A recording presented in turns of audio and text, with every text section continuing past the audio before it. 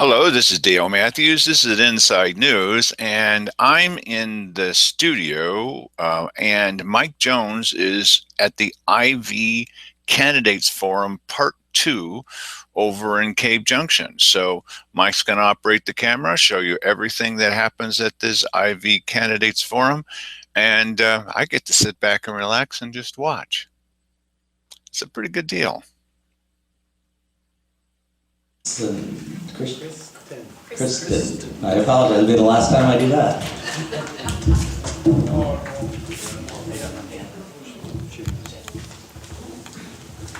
Good evening, folks. My name is Shane Kristen. I live in the Williams Valley. Been over there about 10 years. I know a little bit about CJ, a little bit about Takilma. I lived out here in 71, 72. My wife got pregnant. She wanted to be closer to a bigger hospital, so we moved to Salem. But I'll tell you, I know who burnt down the DQ. So I got a little bit of history around here. I've worked for the state of California. I worked in private industry as a permit specialist, environmental planner, permitting gravel operations in the state of California. I'm well aware of the way government works. I'm well aware of the hurdles that private enterprise business needs to go through to get anything done through the government. I run sheep over in Williams. Got about 9 of them running in the yard and a couple of bummers in the house. So I've been a little bit busy. Really appreciate you coming out. You have a lot of responsibility. You have to pick somebody to represent you. From this crew and the one that was here last night. You guys got a job to do. So I'm up here, you know, I use a little humor because I'm a human being. You know, I want to get to know you folks a little better, let you know me. So I'm asking for your vote. Simple as that. That's my pitch. Thank you, Shane. And I'll just say a minute when you guys get down to 2 minutes, and I'll ring the bell at 3. So just so you know. Good evening, fellow rural county residents. I live in Williams. As the crow flies, I think I'm about 22 miles from you. What's your name? Bill Ertel. Okay, thank you. Does that sound better? Bill Ertel. I'm from Williams, and so I'm about 22 miles as the crow flies, but about 40 miles by the road system to get here. So I feel kind of at home tonight. I'm running for county commissioner because I think we're at the crossroads of a really very dangerous situation in our county, and I'll talk about that in a couple of minutes. A little background, primarily worked in the corporate world most of my life, worked in 2 different companies, good or bad, judgment, they kept promoting me, so I finally ended up with a decent career. And concurrently, I served as a citizen soldier in the Army Reserves. I started out as a private E1 and retired as a lieutenant colonel, so I'm kind of proud of both of those, and I'm very, very proud to have been I'm proud now to be a veteran, and I applaud all the veterans that might be here tonight. A little bit about the nature of the job. If you haven't thought about it, the county commissioners, under their umbrella, I think there's about 27 departments and about 19 advisory committees. So there's a heck of a lot of things going on at the county government level. Our county has been plagued for 20 years. I don't have to tell anybody in this audience tonight about the problem of declining revenues to support our basic services, and it's stop and go impact that these revenues have had. And we've sort of got like on heroin with outside sources of revenue. First it was the timber industry that provided a lot of revenue, and it was so good some years we didn't even have to collect taxes.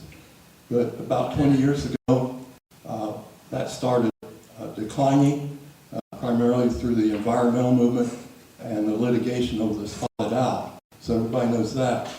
That was followed by the federal government stepping in and giving us funds, $12 to $15 million a year, secure rules, something like that. And that we lived off of until about 4 years ago when the federal government said they're going to stop giving us that money, and they decrease it every year by 20 or 25%. So now we're sort of at the end of the road what to do with basic services. If you look in our how we've handled that, the county's actually done what I call picked up all the low-hanging fruit. We're down, we started at 615 employees, we're down to a minute. I gave you a minute notice verbally. Oh, okay. You're down to nothing. We're down to nothing, okay. Anyway, we've decreased That means you gotta sit down. our employee count by 48%. Our sheriff's down another 48%. So we're at a real crossroads about how we will solve these problems. I'll be talking tonight later on about my 3 ideas. The very big one would be create a Highway 199 business corridor. All right, we can get to that next time around, Where Bill. we could link you guys with everything else that's happening in the county. Thank you very much. Mr. Chairman, I yield my time to Bill Richards. Good evening, ladies and gentlemen. My name is Bill Hunker. I am a 34-year resident of Oregon and an 8-year resident in Merlin. So I'm one of the rural people. I'm a businessman, and I am viewing this county situation like an $80 million company that is currently distressed and perhaps failing. And the way you deal with any company that's in distress is you start looking at the budget. And I feel that we need to go through the budget line by line and begin to see in our discretionary funds where we can trim, where we can cut. Because as Bill has given you a great little history here, the funding is an issue in this county, and it does affect our public safety primarily.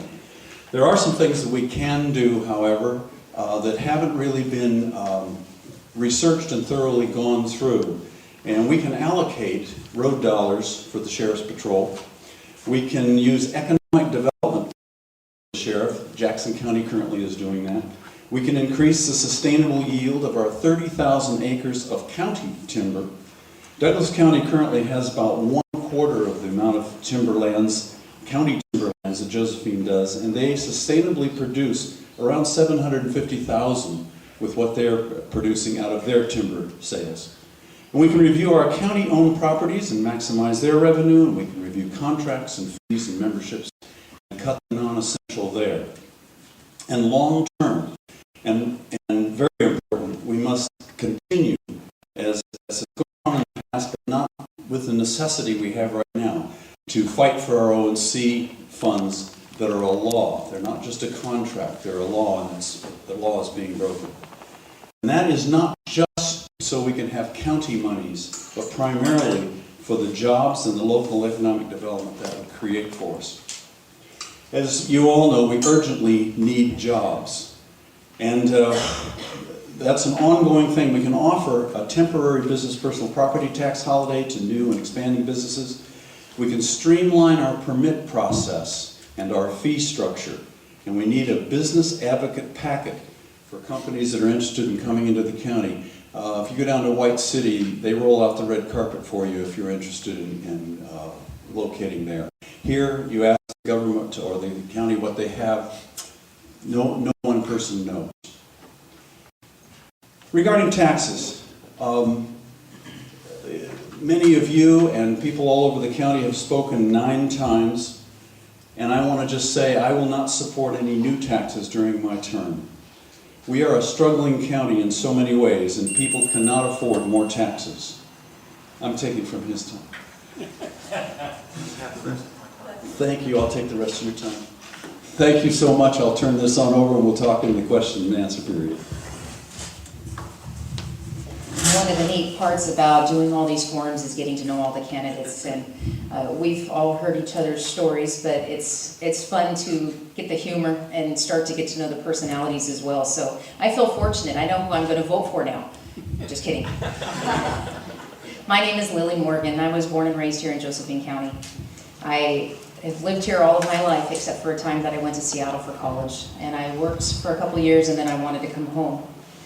For me, working and volunteering has been a part of my life. I've always been somebody to give back to the community. And one of the opportunities I've had to do that was as a reserve deputy for the Josephine County Sheriff's Office.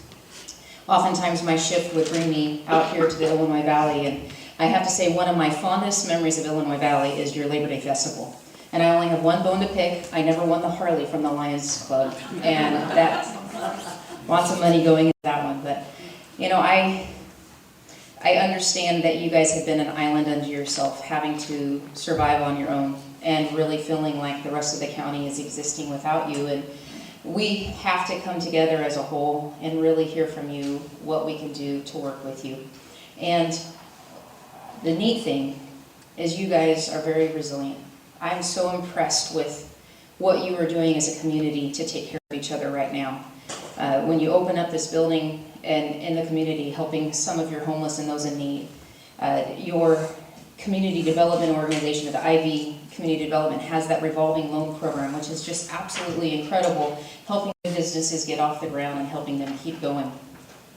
As a former 911 dispatcher, I dispatch for all the fire agencies in the county, and yours is one of the best. I'm absolutely amazed at the volunteerism in this community, standing up for each other. And then to see your business owners come out and do your CJ patrol, because really at night is when you get hammered over and over again. I'm sorry that you've been alone and that you feel like we've neglected you, and I have to say you're amazing, and I'm glad that we have the opportunity to be out here because you're a model for the rest of us of how we can lean on each other and really come up with the solutions from within the community. And so I look forward to the opportunity of coming alongside and hearing from you of what you would like to see us as a county do for you, how we can help improve public safety, how we can bring respect back into our role of government in the county level and working for you, and how do we build our economy so the kids that graduate here in this community have a home to come back to and invest their future here in this community as well. So I look forward to any questions we'll have later, and I'm thankful that you all have come out tonight to spend time with us, and really just glad to be a part of this community. So my name is Lily Morgan, and we'll talk more. Good evening, everyone. I'm Mark Sullivan. And Lily said she would hug me at some point tonight, so that's that. Anyway, I'll tell you a little bit about myself. I was born and raised in New York City. 25 years I lived there. I moved to California in 1975, and I've been here for 21 years. I'm a 21-year resident of Selma. Tonight I'm going to talk about the values and issues, my values and our issues. When I lived in New York City, I went to school. I have a 2-year business administration degree from Queensborough Community College. Graduated, went to Queens College at the City University, have a BA in sociology. I've studied psychology, holistic health. I've managed a health food store. I've worked in warehouses. I've been a taxi driver. I've been in landscape maintenance since 1976. I moved here in 95. My house burned down in 2013. At that time, I took care of my sweetie. I dealt with real estate agents. I dealt with insurance companies. I rebuilt my house. I ran for county commissioner, and my life went on. And what did they say? If it doesn't kill you, it'll make you stronger. Well, here I am, and I feel like I'm stronger than I ever was. My campaign is one of prosperity, trust, and hope. For too long, Josephine County has been down in the dumps. We don't win here. We lose. We lose our youth. We lose our jobs. We're not successful. Now, you'll know how I stand. There will be no political correctness for me. I will contrast my values and my issues, especially my issues, with other candidates. 3 of the most important things is poverty, crime, and homelessness. A rising tide lifts all boats. If we can have economic development, we'll have less poverty, less crime, and less homelessness. Cave Junction has alternative to tax levies, and we'll get into that later. I'm an advocate of seniors. I fought for them for Meals on Wheels. I fought for them with the Meals on Wheels program. For me, cannabis is the big thing. I am a supporter of growers and patients' rights, and I feel that is our way to economic development. We're a retirement community, and we forget our youth. We can't forget our youth. They're our future. I have a contract with the voters, no on tax levies. I'm a libertarian. Property tax levies are not for libertarians. I'm trying to be as honest as I can with you, integrity. And what about our seniors? Why can't they have their sons and grandsons and daughters remain here? Because there isn't jobs for them. We're losing our youth. So tonight, like I say, I will contrast myself differently than the city people, than the county people. We must have a receptive commissioners who knows the Illinois Valley. I've been here 21 years. I think I know what Illinois Valley residents want. And you'll hear more later on, and I await your questions.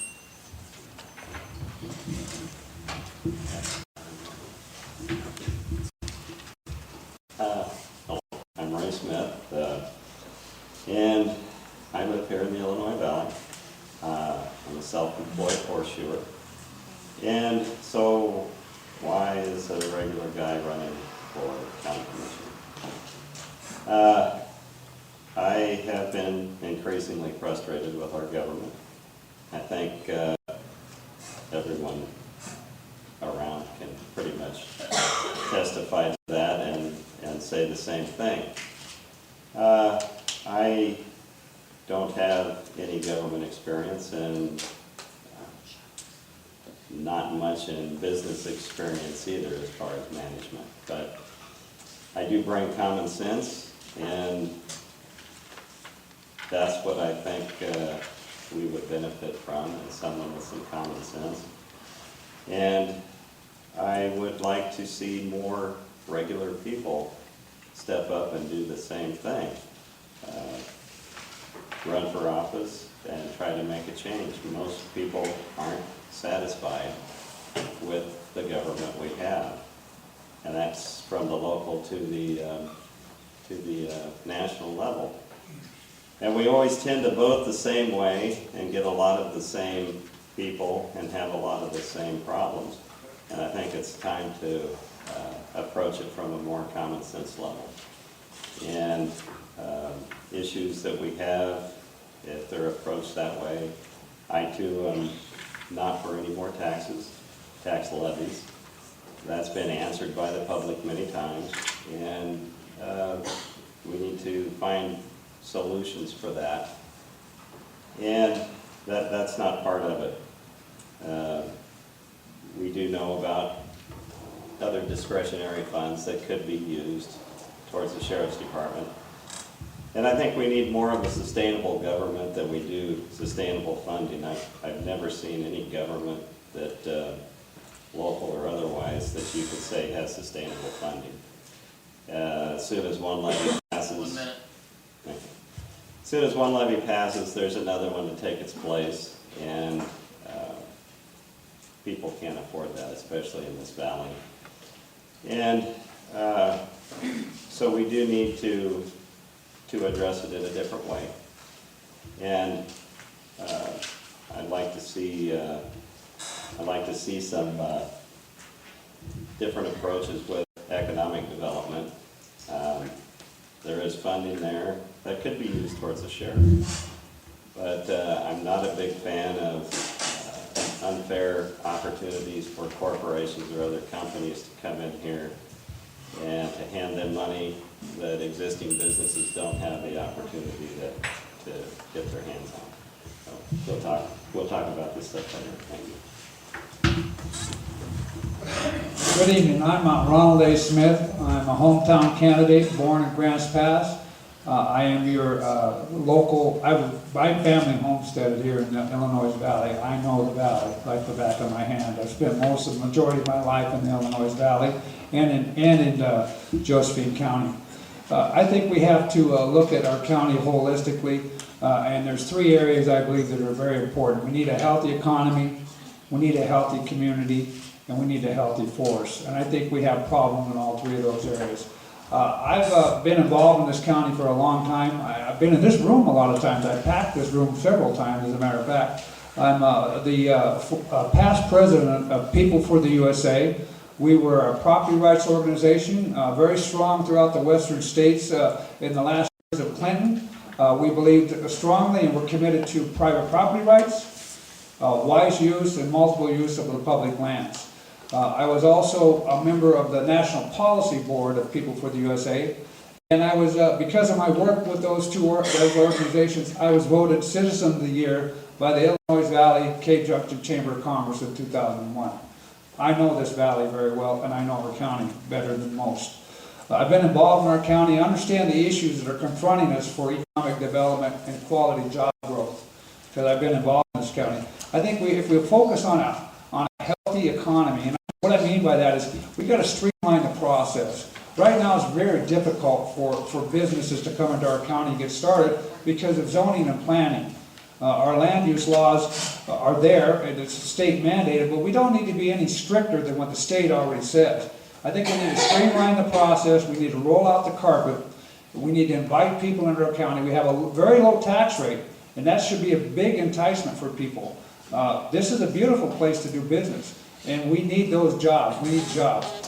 And if we, what? 1 minute. Really? That's quick. So I think we need to have a healthy community. I think there's a real problem with our drugs and homeless here. I think you guys would kind of agree with that. I think our crime is directly related to the homeless and the drug problem. Our amphetamines and heroin are rampant in this county. That's a community issue, okay? And I think we got a real problem with our forest. We have too many trees. We need to thin the forest. I don't want to see another biscuit fire. I was deeply involved in that fire, and I was ashamed of what happened with the timber that's out there rotting today. That should have been harvested, put to use, and replanted. It'll be 300 years before there's a forest there. If we'd have harvested those dead trees, they were already dead. Why didn't we put them to good use? If we'd have harvested those trees and replanted it, now we'd have a forest 15 feet tall. But we don't because of the way it was handled. So I know this county better than most people. If you elect me your commissioner, I'll work for you and with you, and we can solve the challenges in front of us in Josephine County. Yeah, Brad, dead on. So I'm going to go through and ask everybody a question. I may ask all of you the same, might ask individual. And I'll give everybody 1 minute to respond to that question. I'm going to start on the end with Mr. Kristen. I'm struggling with that one, I apologize. So my question for you is, during the campaign, a lot of people say things. You give all these campaign speeches, you're going to do this, you're going to do that, but the reality of it is only one of you will be employed at the county come January 1st. So my question for you is, what do you plan to do to make Josephine County and the Illinois Valley a better place when you're not elected county commissioner? If I'm not elected county sir. commissioner. I think they have some slots open to volunteers in the planning commission. That'd be a good place to start. What am I going to do to help this county? If I'm not elected, I still have a lot of work to do in politics. I've been heavily involved in getting some laws written for the last 2 years to protect small family farms and patient rights. There's still a lot of work to do to help the people I care about, And I look in your eyes, I see more people, and it's easy to care about you too, I'm just that kind of guy. What am I going to do to help the county? I'll probably have to hire a couple of people on my farm so that they can make wages to spend money in this town and Grants Pass and out where I live. That's about the best I can do. Fair enough. Thanks for playing. Mr. Attella, I'd like everybody on the board to go through the line and give me a 1 minute response to what you would do to help this county when you're not getting paid to help it. Well, first, I don't think commissioners should be paid, but that's another thing to talk about. I'm currently involved in several things that I consider beneficial to the community. I'm going to continue to serve as a board member on our Williams Fire Rural Department, and that's pretty much a carbon copy of what you do out here. 9 out of 10 calls are medical, and that's really important out in our rural community, and we can add a lot of value out there. A couple of years ago, I worked on a land use advisory committee for the county, and I'd like to do that again. I'm currently involved with the Chamber of Commerce, working on their legislative committee, and so I plan on continuing doing that. And then another organization that I have been involved with for 4 or 5 years is called Securing Our Safety. It's a citizen-based group that operates out of Grants Pass, and we have searched across the continuum finding different ways to help the community, the county, and I'll continue to do that. I think I'll just continue doing what I'm doing. I've been going to BCC meetings for about 3 years now. I've been involved in 2 or 3 things, advocating for and sometimes against various things.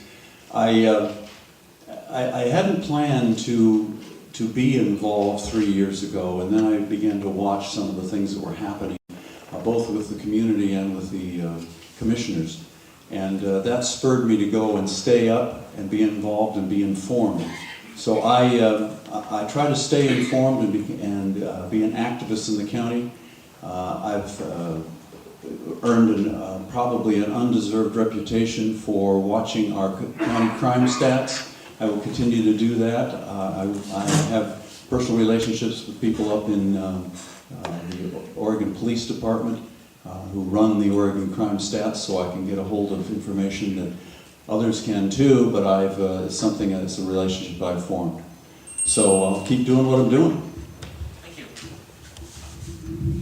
I think we all have an obligation to take responsibility for our community, and that is something that we each can do. I currently in the last year took part in a volunteer leadership program through the Ford Institute with the Rural Development Institute, and we had a young man on our cohort out here from Illinois Valley that would ride his bike in. Seth did an outstanding job. I'm also helping with foster kids in the Royal Family Kids Camp this year, and I'm on the advisory committee with Hearts with a Mission that's bringing a nonprofit in to bring a youth shelter in. I'm on the board for the Sobering Center, which will service the whole county, as well as the Reaching Our Community Food Pantry. I serve appointed to the LADPC, which is the Local Alcohol Drug Planning Commission for the county, as far as directing alcohol taxes to treatment programs in the community. So through gambling, through alcohol and drug, and I will continue to serve alongside of you. Well, what I've been doing since 2006, other than running for county commissioner, will continue. I probably want to be on the budget committee or the planning committee. If I was on the budget committee in the upcoming years, I would fight for that $1 million in windfall money to go to law enforcement. That's not what the county commissioners or budget committee are doing. If I don't win, I will continue to be a political activist. I will continue going to county and city meetings, hoping that they are more representative. I will continue to work on cannabis and economic development. I've gone to O&C County's meetings up in Springfield to see what they are doing to sue the federal government so that we can log more timber. I will continue to speak out against Grants Pass city officials that hinder economic development of the cannabis industry. I've worked on recall and nuisance ordinances, and hopefully we don't have to have any more of them. I've been involved with tax levy debates, and I support Carl Wilson on local control and his cannabis, so I'll just continue doing those things.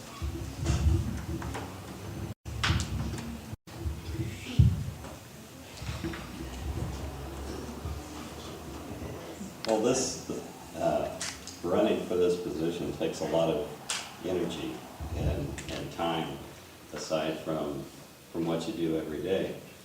I do have a family.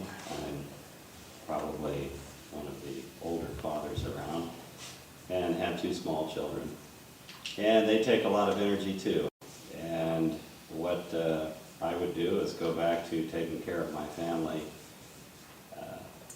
doing the job that I am doing currently, and stay active in watching what's going on in the county and participating as I have been in the past.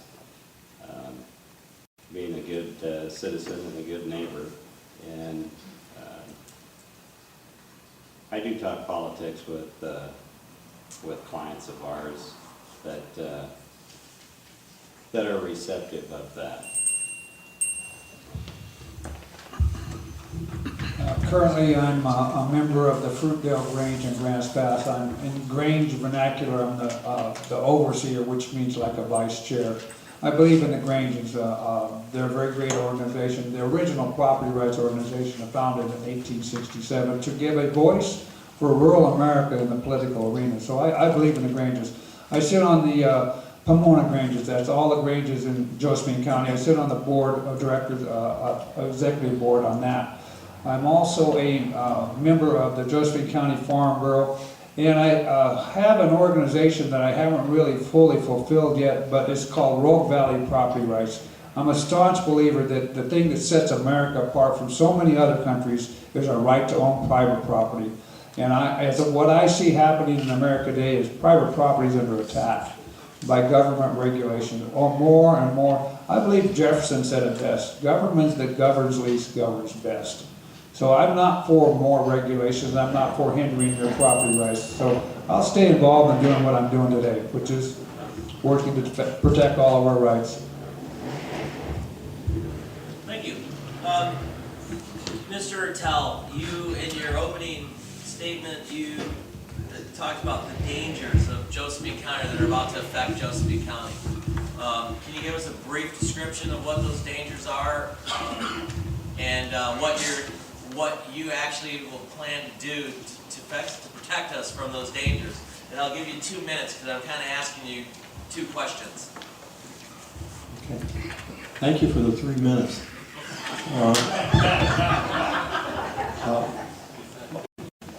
My friend Bill Hunker here and I, we've gotten to know one another pretty well in the last 4 weeks. We're both business people, and so in my prior life I was used to looking at a lot of income statements and balance sheets and budgets. Anyway, you look at the numbers for this county, it doesn't tell a good story. I was mentioning we've really accomplished a lot in terms of downsizing the county government since 2005.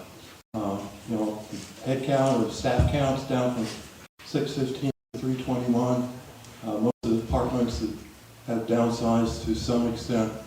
So I call that the easy work has been done, and now the hard work will start, because these uneven flows of revenue, if you were running a business and you had uneven, unpredictable revenue flows, it would not be a cheery environment. But that's where we are, and we'll live with where we are today. So I'm proposing that one fix, okay, would be to set targets for reducing our expenses, probably 10% the first year and 5% the next 3 years in a row, so that what we move in balance with what our predictable revenue would be with our expenses, creating disaster in any particular service that we all like as county residents. So that's number one. Number two, I'm proposing that we really look at building what I call the Highway 199 business corridor that links the coast right through the Illinois Valley, Cape Junction with Grants Pass, and links into I-5. That's a beautiful infrastructure for the future. There's very little available land to build a big new industry in Grants Pass, I think less than 5 acres. So Highway 199 is one of my economic priorities. Thank you. Mr. Hunker, crime, that is kind of one of the main focuses that I know you from, is your focus on the crime statistics. And I heard last night, but I believe you were here last night. I read off the statistics from the Cave Junction substation only, just reports from the substation. Right. And 2012, there were 41, 98 and 13, 166 and 14, and 260 and in 2015, and so far, this year alone, you would have an easier time finding a business that's been ripped off or vandalized than a business that hasn't. A number of businesses have been hit twice. Matter of fact, in the last 3 months, Wright's Emporium has been hit twice. They've hit the pharmacy. They've hit everything. They attempted to break into our office about a month and a half ago. I take my entire computer network home with me every evening.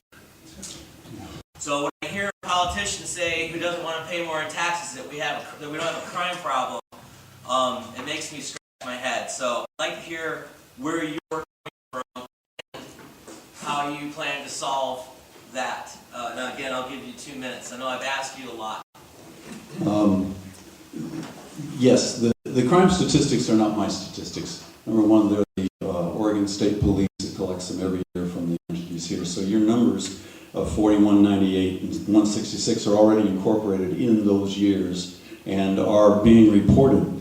With that being said, what you have to understand is that every year there's going to be crime. We're never going to get rid of crime, and what happens in this county is it turns anecdotal very quickly. And as it will, if you were ever involved, every year about 8,000 crimes are going to take place in this county. That's just kind of a general average for you to keep in your mind. So next year there will be 8,000 more crimes, and the year after that there'll be 8,000 more crimes, and the year after that there'll be 8,000 more crimes. But that's down from 10,000 crimes 15, 16 years ago. So in perspective, if you look at this, and this is all just the OSP numbers, in 2012, what that 41 represented was 0.5% of the crime in the county. Okay? Then it moved to 1.1% in 13, and then in 14 it moved to 2.0%. So yes, there are various times. If you go back to 2002, there were 7 murders in the county. Do we expect that every year? No, we do not. And that would be untenable. The crimes that you have, I'm believing, I have not seen how this breaks out, but are not violent crime, primarily. There may be some violent crime in that. You're going to have a fluctuation in crime every year. So you have to look at the percentage of what we're talking about. We're talking at the very best about 2% of the crime in the county at the heavy numbers. And I don't disagree with those. I'm not saying you don't have those crimes. Obviously you do. But you may be hit hard for various reasons uniquely in the last couple of years. I do want to say that in 13 and 14, however, what I did put in, and the crime in the county this year, in the last years, is 16% of the crime is in the county, 84% is in the city, and that includes all OSP responses for both those years in the county. So we've actually gone down in the county in the last 2 years, and there's other discussions on that. More? Just so you know, no, we'll move on. So just so you know, in 2015 there were 79 person-on-person crimes and 145. I don't have my glasses on, so I apologize, but I think it's 145 or 49 property crimes. So it's about 25%, 30% person versus. And person-to-person crime is where you want to start really cracking down. And I thank the sheriff for coming out here and doing his sting recently, because I think he is finally hearing that this is turning more serious in this particular geographic area. All right, Ms. Morgan, cut your hair.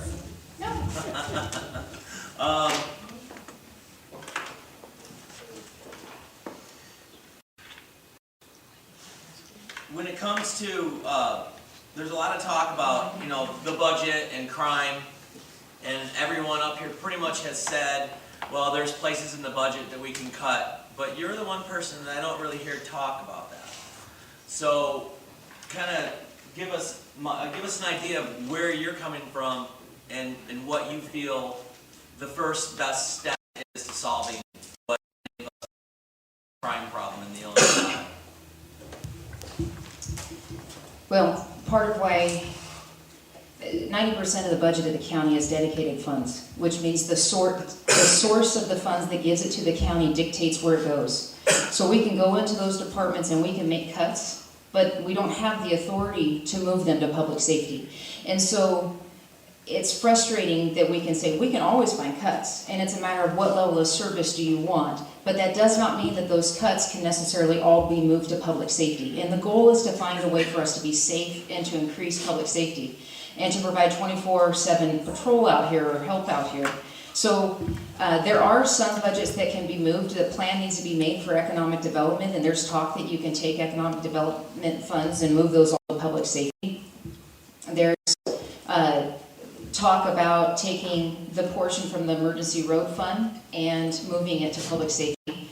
All of those have consequences with them. So we can do that. But what do we do in a year when those funds are gone and they're not renewable necessarily? And what plan do we go from there? The first step, I think, is we need to sit down as a community together and start talking about what can we do and what things should be cut, what services you do not want, which ones you do want, and we prioritize the monies that we have that are discretionary to public safety. Mark,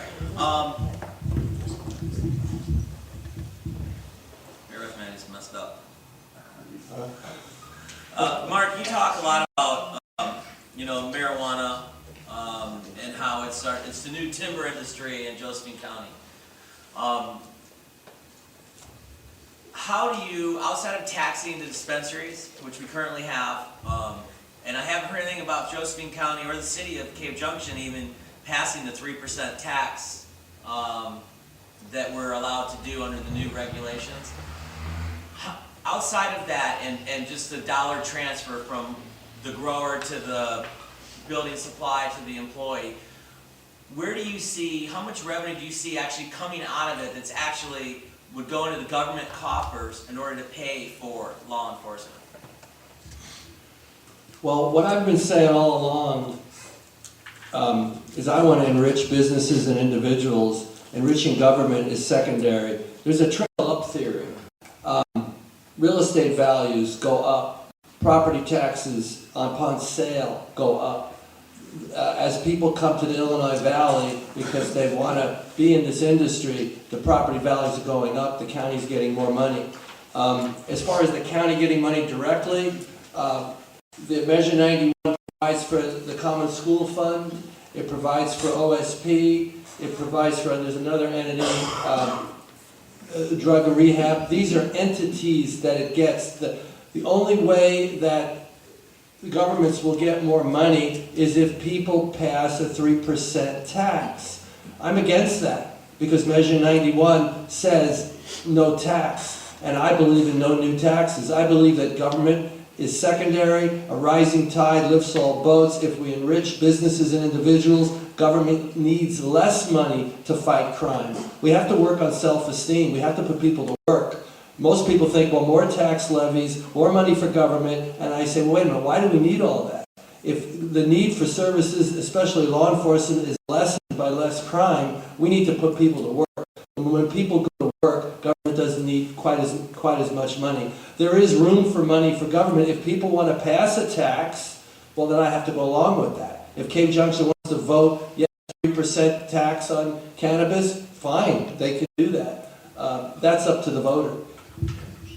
Thank you. Ray, you said that you are frustrated and unsatisfied with our government. Can you give me an example, a specific example of what one of those things are, and what your plan would be to resolve that or solve the problem? And I'll give you 2 minutes also. Well, the frustration has been with representation. Not just with tax levies that perpetually come around, but with the state level itself. When the state introduces bills such as House Bill 3453, which became law 753,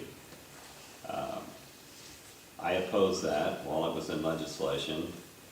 House Joint Resolution 21, the $2 bill, I opposed that as well. I went to a county meeting on the day of the hearing for that and asked our commissioners to represent the public and the public's voice and opposed that as well. that circumvents the will of the public, their consent to taxation, and 1 minute. they refuse to do so. Personally, I would, one of the reasons I'm running, the big reason, is not just frustration, but lack of representation from our commissioners. And I hear that all over the place with clients that I have, the same thing. So that's what I would do, is continue to watch at the state level and listen to the public and represent their voice. Can I ask you a quick follow-up on that? When you say representation, Mhm. what does that mean to you? I mean, they're not representing the voters of the Illinois Valley and Josephine County, or they're not representing Josephine County in Salem? I'm not really sure. Both. I mean, when you have, I touched on the repetitive tax levies, they really need to focus on a different way.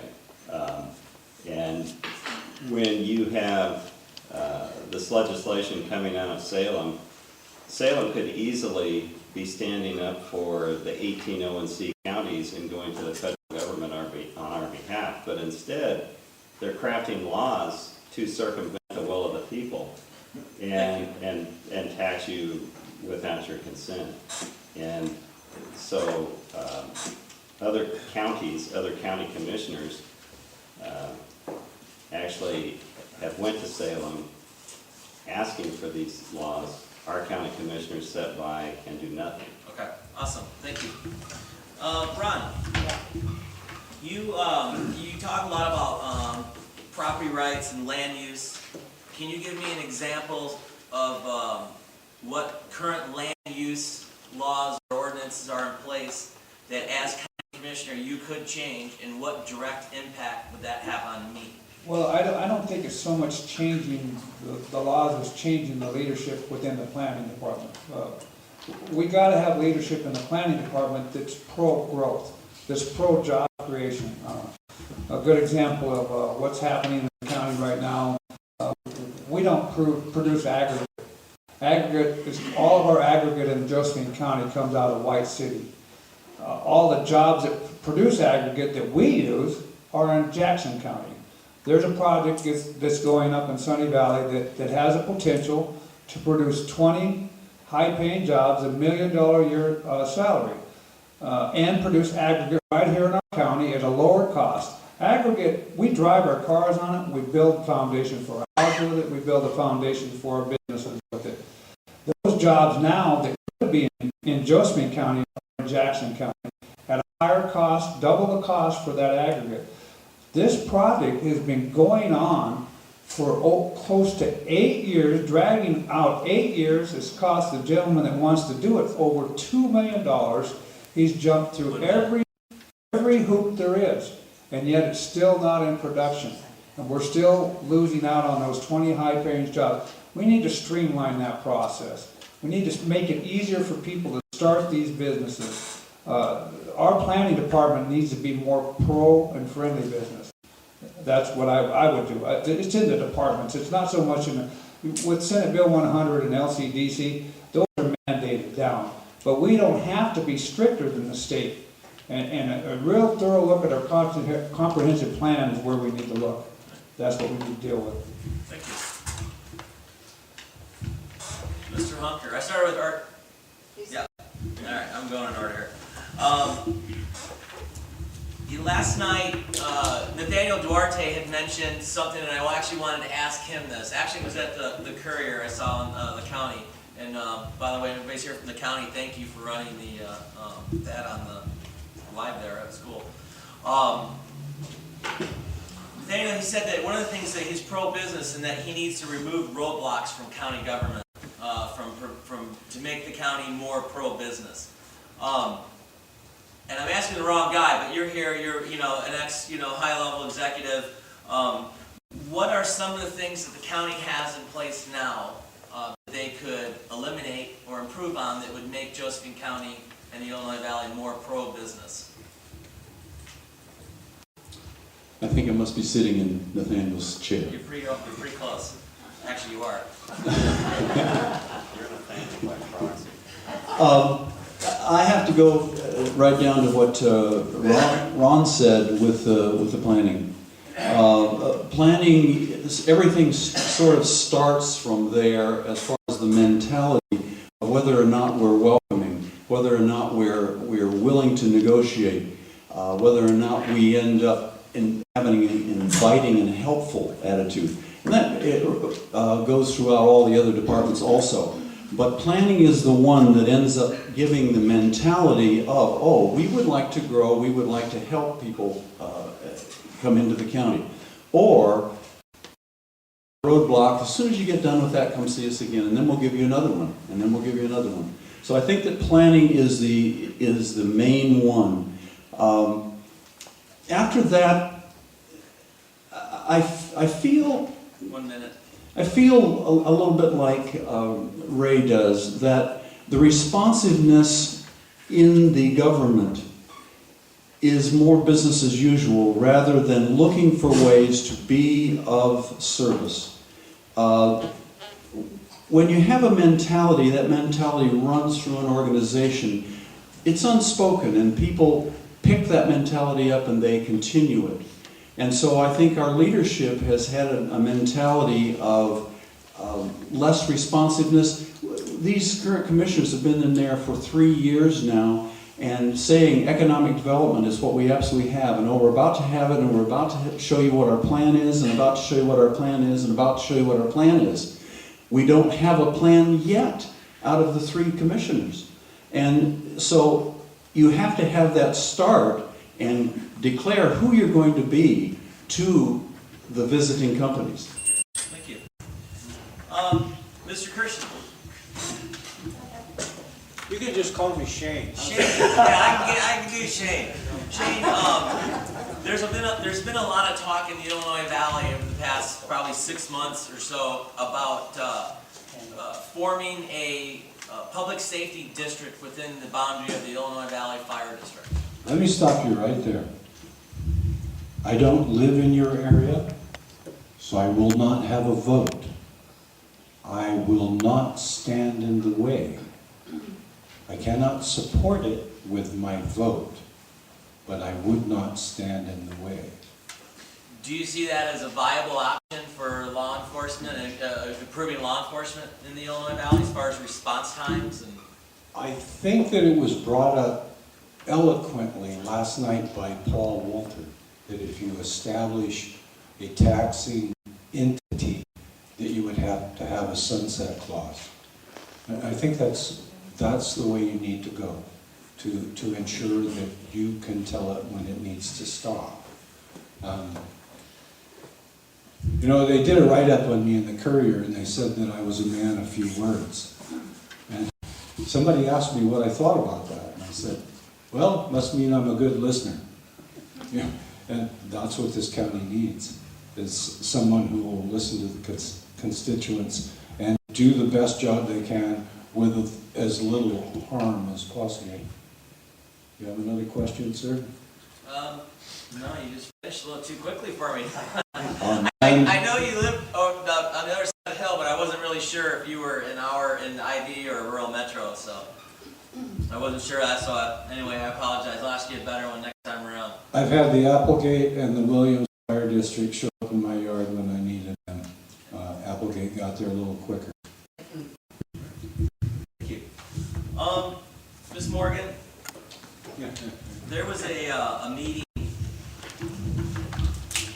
I can't believe I remember this date. I believe it was October 13th, 2014, or October 5th, 13th, somewhere in there.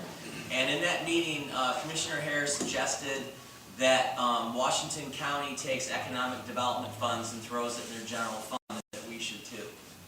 I believe that's against the law. And I'd heard someone else here tonight saying that Jackson County does it. What are your thoughts on that?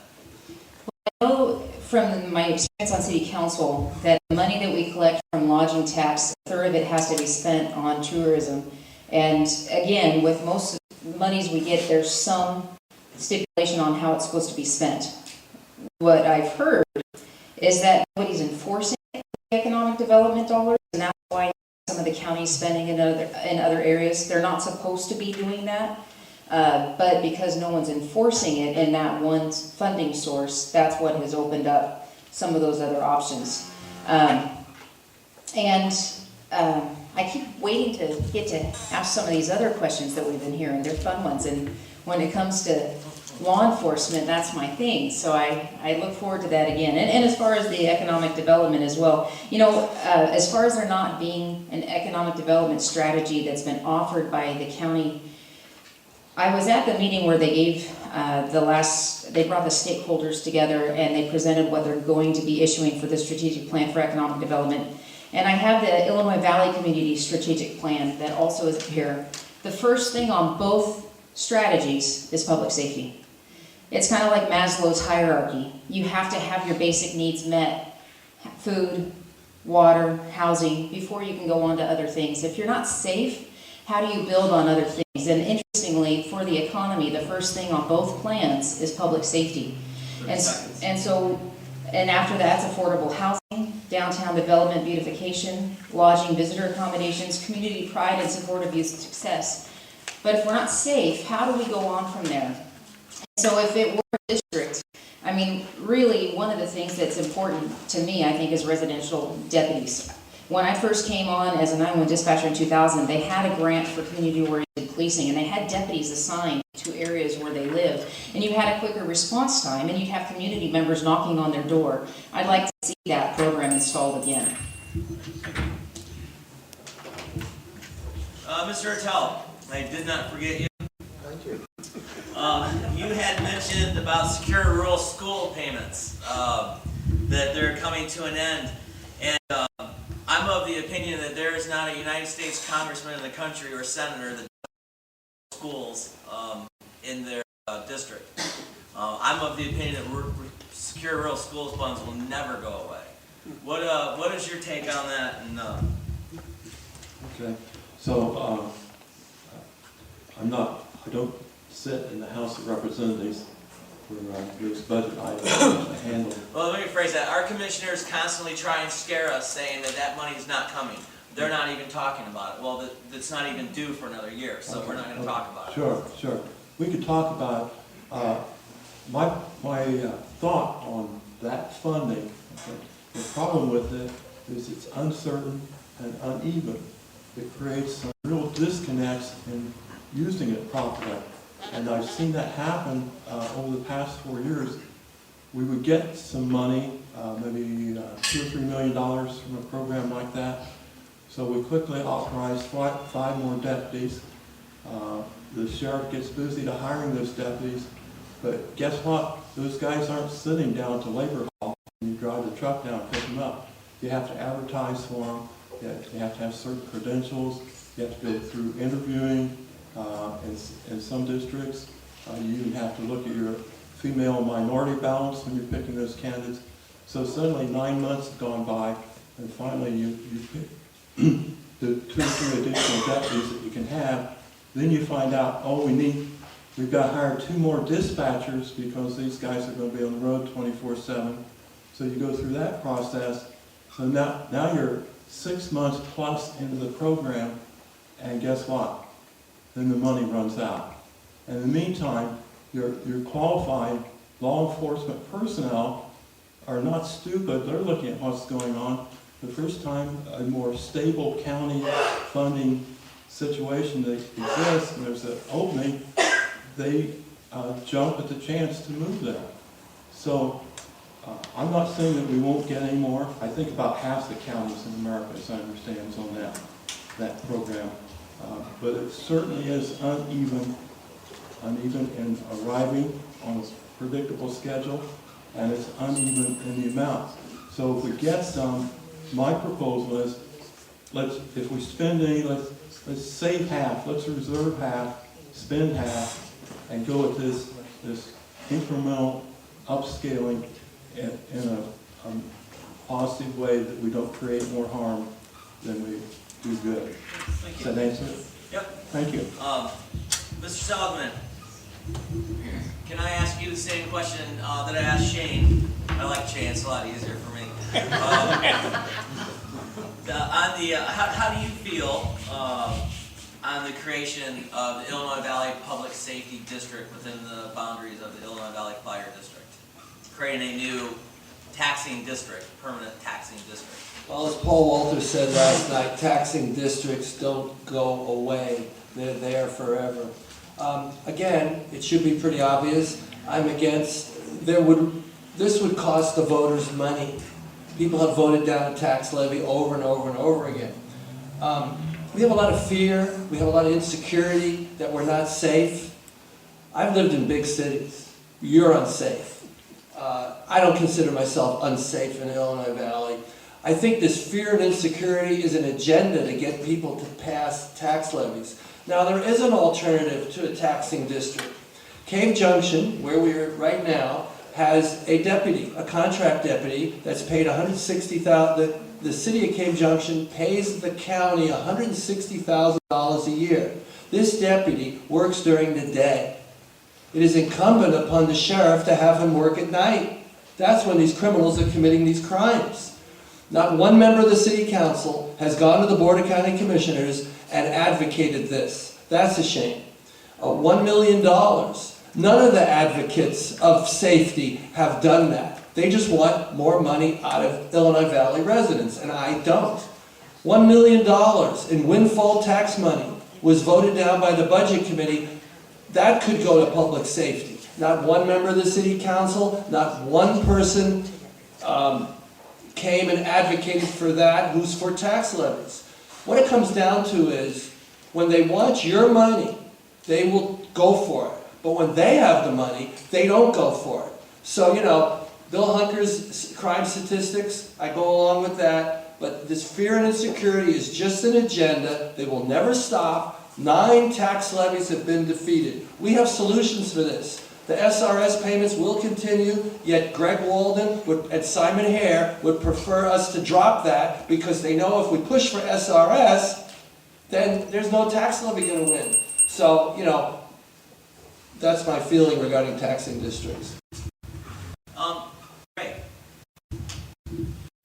Just 3 nights ago, 4 ninjas did a home invasion on Holland Loop.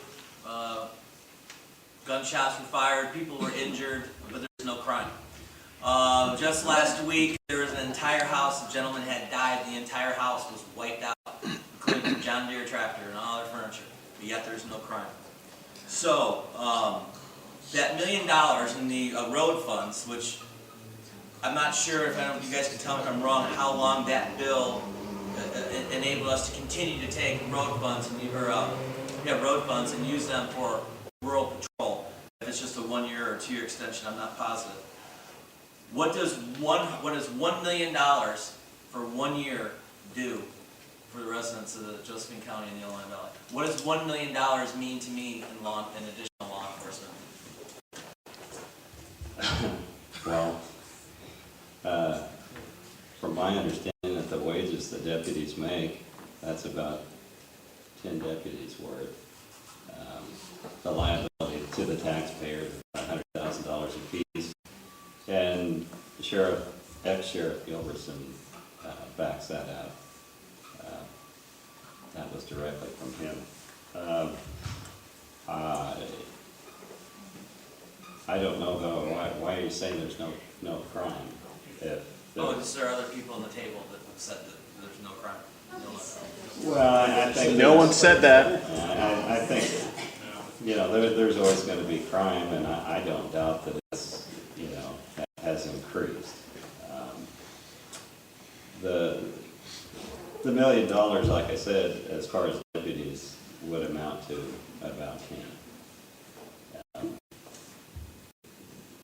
Although they're going to need, how did the sheriff put that? It's other staff that goes along with it, and that could be dispatch or whatever. But so as far as what is it? What are you trying to get at as far as the? Well, what does it mean to you as far as the $1 million? Yeah, the $1 million for what? Can anybody answer the question? Is it, Bill? Have they the road fund dollars, Was that extended for 1 year, 2 years, 3 years when they just renewed that last year? Does anybody recall? I don't know. I don't know the length of time, but I know it was extended. Right. I do know if they transfer that money to the sheriff is under no obligation to burn through that money all in 1 year. He can Right, do but- it as the police. They take that every year for Well, no, I think $1 million, what we're talking about primarily is the windfall that came in of $1 million that they were expecting $51,000 and they got $1 million. And they still wouldn't take any of that money. That's over and above the overage that was existing in the roads and bridges account last year. Right, so, but I guess what I'm trying to say is, so if you take that $1 million this year, and whether you spend it all this year or over the next couple of years, is there any guarantee we're gonna get another $1 million next year? No. Okay, and so if we have to go out and hire 10 new deputies, it's gonna take us 8, 9 months before they're road ready? And so we take $1 million out of the road fund, use these people for 3 months, and now they're unemployed. Because there's no guarantee that money's gonna be there next year to pay them. Bill, you're jumping. Yes, no, there's lots of other ways to look at this. Let's take Illinois Valley. Let's take the $1 million and give it to them. They could get 2 people for 5 years. Give them to you guys. Give the $1 million to you, and you have a 5 year, 6 year, 7 year, depending on how many you hire. And that is a source of this organization, it would have a major impact on the crime that you're experiencing. I'm gonna let all you guys weigh in on this because everybody's chomping at the bit. So I kind of got one. But what I'm gonna do is I'm gonna let everybody weigh in on this. Then we're gonna take a quick break. Then I'm gonna come back and I'm gonna ask 2 quick, basically yes or no questions, and then open it up to the people out here. I would like to comment, and then I'll pass the mic on. Oh, I'm sorry, I forgot. I still have this. One of the things that I have an issue with is wages being commensurate with the public. And I have yet to hear any concessions from that particular area, which is the sheriff's department. And I'm not talking about layoffs or cut back on hours, but when the funding that the federal government has been subsidizing, like an agricultural subsidy, when they refuse to pay that, and all of a sudden the community that really doesn't have the money that they used to, because there's the main lifeblood, which was sawmills, is gone. All of a sudden, it makes a difference as to what you're making. If it's not commensurate with the people that's expected to pay the bill, you're never going to sustain that. And that becomes a contractual issue. Nobody wants to touch that, but that's literally what it amounts to. All right, Ron. Actually, why don't we go? Ray, why don't we go to Ron, and then we'll work our way back. We'll skip over Bill, and we'll wrap up. The $1 million wouldn't make any difference at all. The cops don't stop crime. They just don't stop it. They can't get there in time. I'm gonna give you a minute. Here's the issue. What's causing the crime? I remember in the Illinois Valley growing up here, we left our windows open. We left the keys and ignition in the car. We never locked our house. We felt safe. We didn't have a problem. Let's look at the cause. Let's don't look at the symptom. We're looking at the symptom of crime. What causes crime? Right now, our epidemic of crime, your problem here is directly related to heroin, cocaine, and amphetamines. Those drugs are causing most of the crime. And I think that as a community, we got to look at how we're going to solve that. And that's a community issue. Electing 2 commissioners is not going to solve that problem. That's something that we're all going to have to get together and decide we're done with it. We don't want that stuff in our community anymore. This stuff is a plague to us. And it's really hurting the livability and quality of life here in this county and in this city, in this valley. I grew up here. It's changed a lot. I really think that we need to look at the cause. Cops don't stop crime. One thing, I was talking to a friend of mine.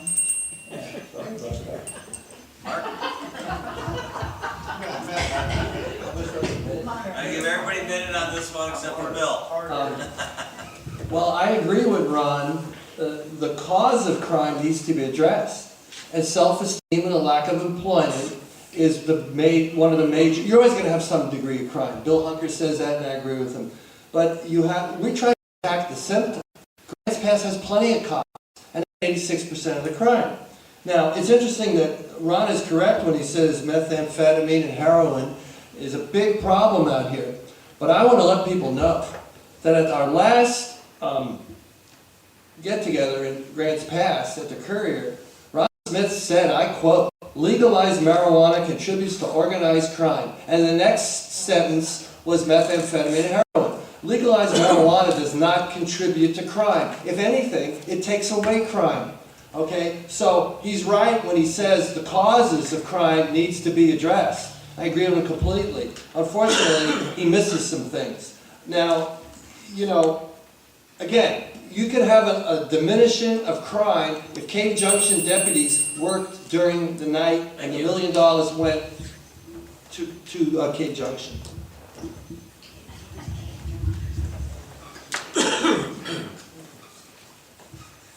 Can you remind me the question? The question everybody's kind of getting heated. We're discussing the road dollars, the law that they passed. We're able to take that money out. They had $1 million last year. They chose not to take out of overage.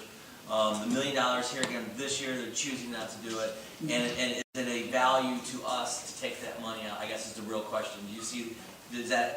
What does $1 million get us, and is it sustainable? Well, the road dollars can only be used for patrol, and a portion of it actually can't be used to transfer. So I've heard that it's actually a number lower than $1 million that would actually be able to be transferred.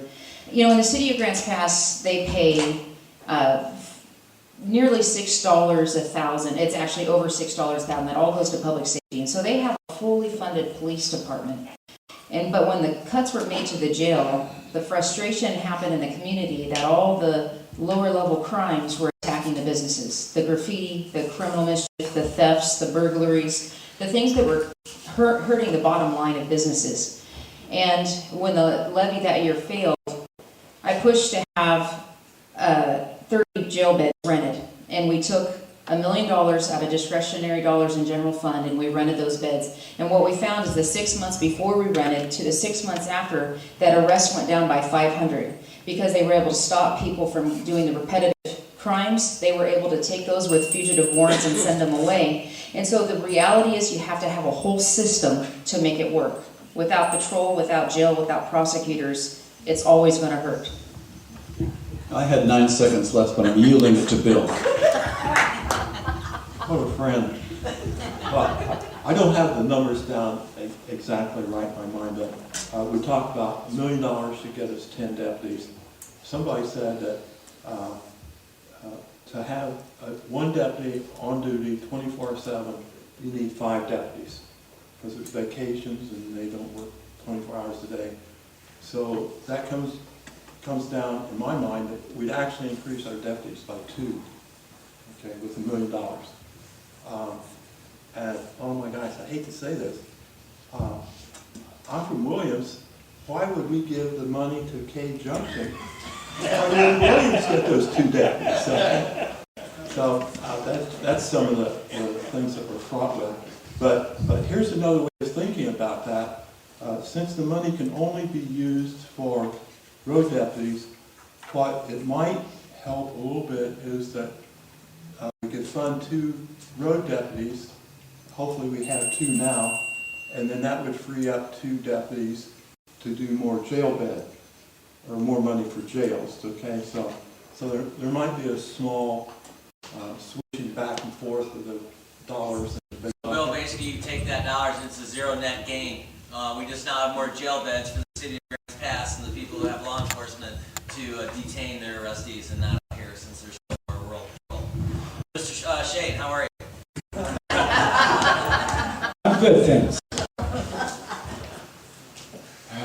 I was visiting today with a businessman in Grants Pass, and he ran some numbers by me. He goes, how many times would a person be arrested and then released before you became angry? Would it be 1? Would it be 2?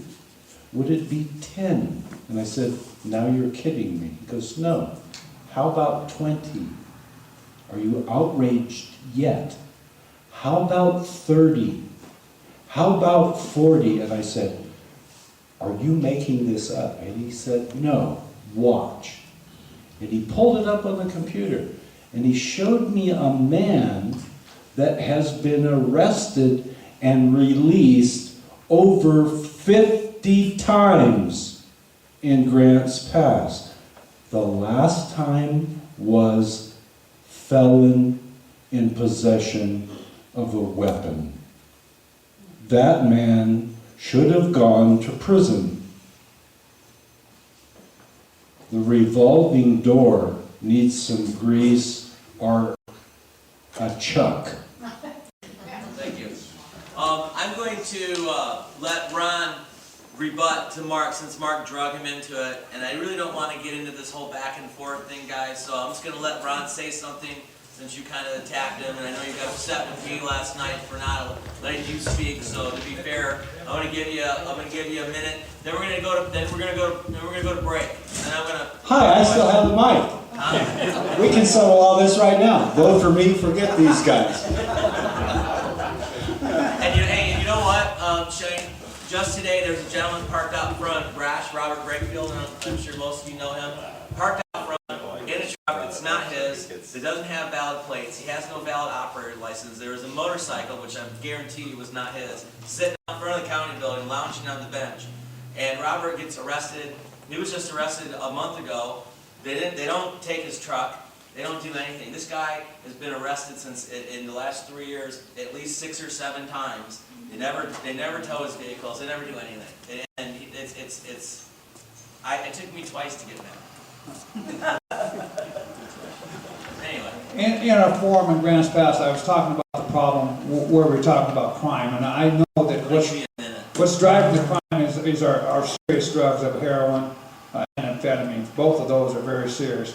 And what I said in there was that the amount of money that the marijuana produces will attract organized crime. I never denigrated the marijuana. Marijuana's been here 35 years, maybe longer. I understand fully how much money it's put into our community. I know how it's created jobs.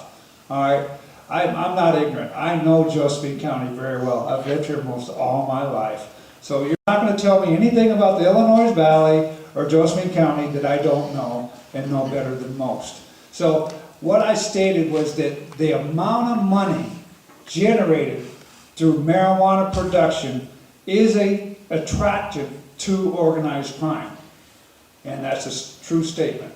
One thing I'd like to add to this crime problem is, you know, in Josephine County we don't fingerprint. When we have a burglary, they're not fingerprinting. Why don't they? Oh, this is an important issue though, you know. They all have important issues they want to talk about too. All right, guys, let's take 10 minutes. Is that okay? And then they'll come in. Like I said, power questions. Sure. And open up.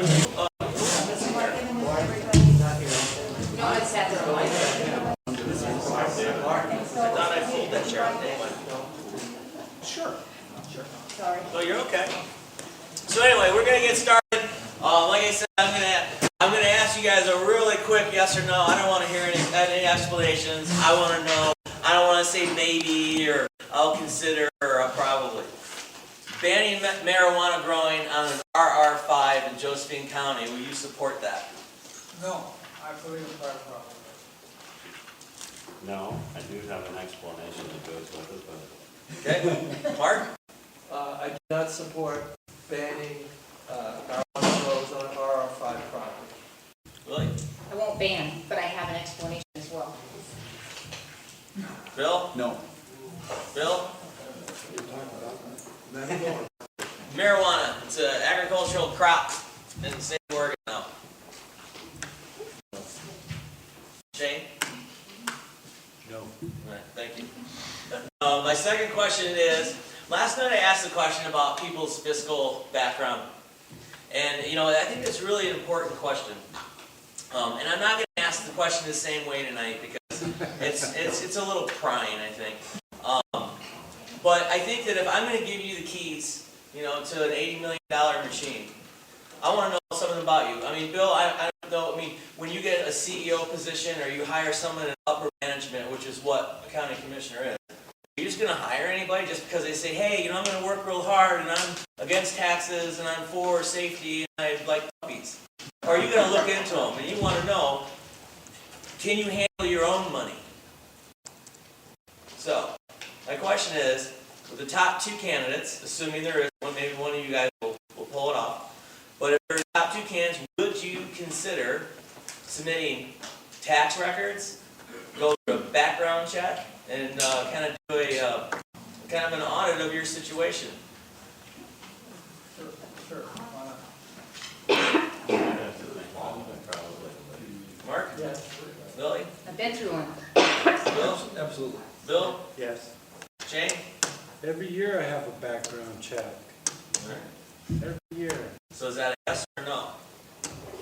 Well, I heard your question last night. I have no bankruptcies. I have a small amount of credit card debt that I pay off every month. I have a home mortgage. Sure. I have a car payment. My question is, you can't accuse the county of mishandling their funds if you can't handle your own funds. I just want to know, are you a good, if you can manage your own house before I give you the keys to my house? I Our can do that. taxpayer dollars. So you're asking that specific question. I'm just saying, would you guys be willing to actually come up and show us, hey, I can handle my house. Yeah. Give me your keys. That's all I want to know. Are the top 2 be willing to submit information like Actually, that? I can do you a little better. My wife makes me do that every month. So you could just talk to her. like her then. All right, so, and then I will allow, and I apologize if I'm being unfair here, but I will allow Ray and Lily to give me an explanation of, you said that you won't support a ban of marijuana on RR5, but you had an explanation. I'd like to give each of you a quick 30 seconds to tell me what your explanation is. 30 seconds isn't enough, but, okay, with anything that you're doing in close proximity to someone else, you have the potential for damage. Everyone knows that, as far as I know, with big grows, and I'm not talking about the 4 or 6 plants, that's insignificant. It does smell, and that can be a damage to someone else. If you can't crack a window open in the summertime, or cool your house down, or go out and barbecue without being knocked down by the smell, that's a potential damage, just like there is, and I'm not talking about just this product, I'm talking about as far as anything, you know, any Okay. kind of product goes. If you're damaging... So your rose farm on the RR5 that makes my nose sneeze and run, you're going to treat that the same as you would a rose or a lilac bush? No, because any kind of plant can be an allergen. I'm not talking about an allergen. You know, if you wanted to raise Colombian ground squirrels on your property, which is one of the biggest vectors of bubonic plague from the fleas that they carry. Okay, but And let's they get back get to, because it's a big issue in the Illinois Valley. So you will not support a ban on drug marijuana I on don't RR5? support a ban, but I think that the people, the marijuana people, the public, there should be some notification of people surrounding whatever grow. I mean, I've talked to some of these guys that say they're doing a small medical grow, not the however many plants that they allow, 90-some plants or whatever. And they've actually told me, this is their words, it's so dank that you could smell it clear to Holland Loop, which is a mile away. That's not true. Well, that's what he told me. All right, Lily, I'll give you 30 seconds of Ray time and Ray minutes. No, I set up the rules in advance. My belief is that you have equal treatment for equal situations. So if it's rural residential, then there's limitations on what commercial operations can happen on a rural residential property. And anyone in the county has a commercial operation on a residential property, there's rules that go along with that, including notification to neighbors. And so I just want equal treatment for equal things. If you're doing agricultural, it's the same rules for all of them. If you're doing commercial, it's the same rules for all of them. And so the regulations that exist need to be equal for the circumstances. So carrots, tomatoes, and marijuana should be treated equally. They're agricultural. Great. Okay, so I'd like to open this up to the crowd. Does anyone have a question? You're talking about any question? Yeah, and actually, and let me, so I'd like you to stand up, say who you are, where you're from. I don't want your actual street address. And then also, I really, in the sense of fairness, I really don't want spouses and friends using this time to attack another candidate. So I just ask that you do that. So, yes, ma'am. What I was going to say. Want me to come back to you? Okay, Mr. Wagner. I'm Bill Wagner, live in Selma, have been there since 1972. Ron, there's one thing that concerns me when we're talking about land and everything within the county. Would you, if you was elected county commissioner, use all your influence and power as county commissioner to lobby the federal government stuff and expose where they let 500,000 acres burn up in the Biscuit fire and never harvest only 90 acres out of all of that and never planted trees back less than 90 acres? What would you do? Would you, because it's a waste, it rots. That's kind of a travesty. Hold on so we can hear you. That was kind of a travesty, and that's a national forest policy thing that needs to be lobbied by our state representatives and our federal representatives. Our forests are being mismanaged today. They're in danger of catastrophic wildfire.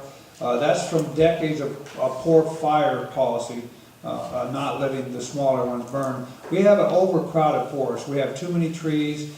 They're fighting for the same amount of moisture, the same amount of nutrition, and they're ripe for catastrophic wildfires. So I think that's a policy. I would be interested in lobbying the federal agencies to stop their policies, because their policies are not doing the rural economies any good, and they're not doing our forests any good. Part of my platform is to have a healthy forest. And I think to have a healthy forest, we've got to be good stewards of the land out there, be wise use of it, and treat it like it's the true garden that it is. We can't turn it into a museum where we just look at it and don't touch it, because we're going to end up watching it burn. And we've been in that situation quite a few times. We're right in the same area that the Biscuit fire burned. We had the Buckskin fire. Now that's right where the Biscuit fire went. It was right into the old Silver fire. So, yeah, those ringing on the bell on me. Okay. You know, the quicker you guys are, the more questions we can get asked. So, anyone else, ma'am? Did you remember it yet? Not to put you on the spot. I wanted to know, And you are? I'm Gwen Sky and I live here in Cape Junction. And I wanted to know if all the agriculture should be treated equally, like you said. What about when plants are sprayed with toxic pesticide? I'm against GMO. I want organic treatment, personally. I think it's hurting our whole culture. I think our health is directly affected by, there's some things that science helps, there's things that science hurts. Do you guys want to tackle that question? Are you talking about agricultural crops being sprayed with pesticides? Well, she brought up that, or somebody brought up that marijuana grows should be treated equally as other types of grows in the R5 The residential. restrictions or something. And I would think that I'd rather live next door to a marijuana grow that wasn't sprayed than a bunch of GMO corn that was Roundup ready. I really think we have too many pesticides and toxins in our society today. It's all around us. I think we need to try to limit that as much as possible. It's not helping anybody's health. All right, does anybody else want to tackle this question? Shane?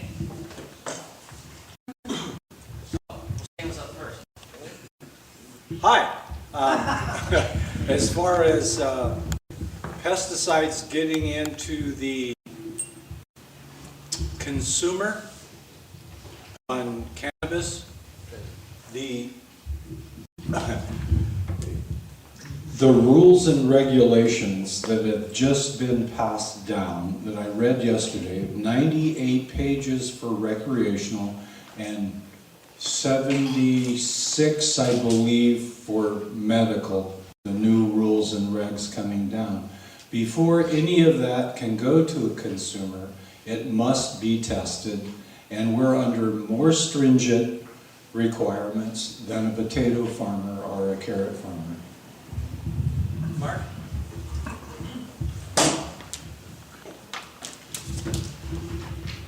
As far marijuana, tomatoes, they're all agricultural crops, and they all should be treated equally, and I'd rather live next to a grow than pesticide. But I wanted to contrast the difference between myself and Councilor Morgan.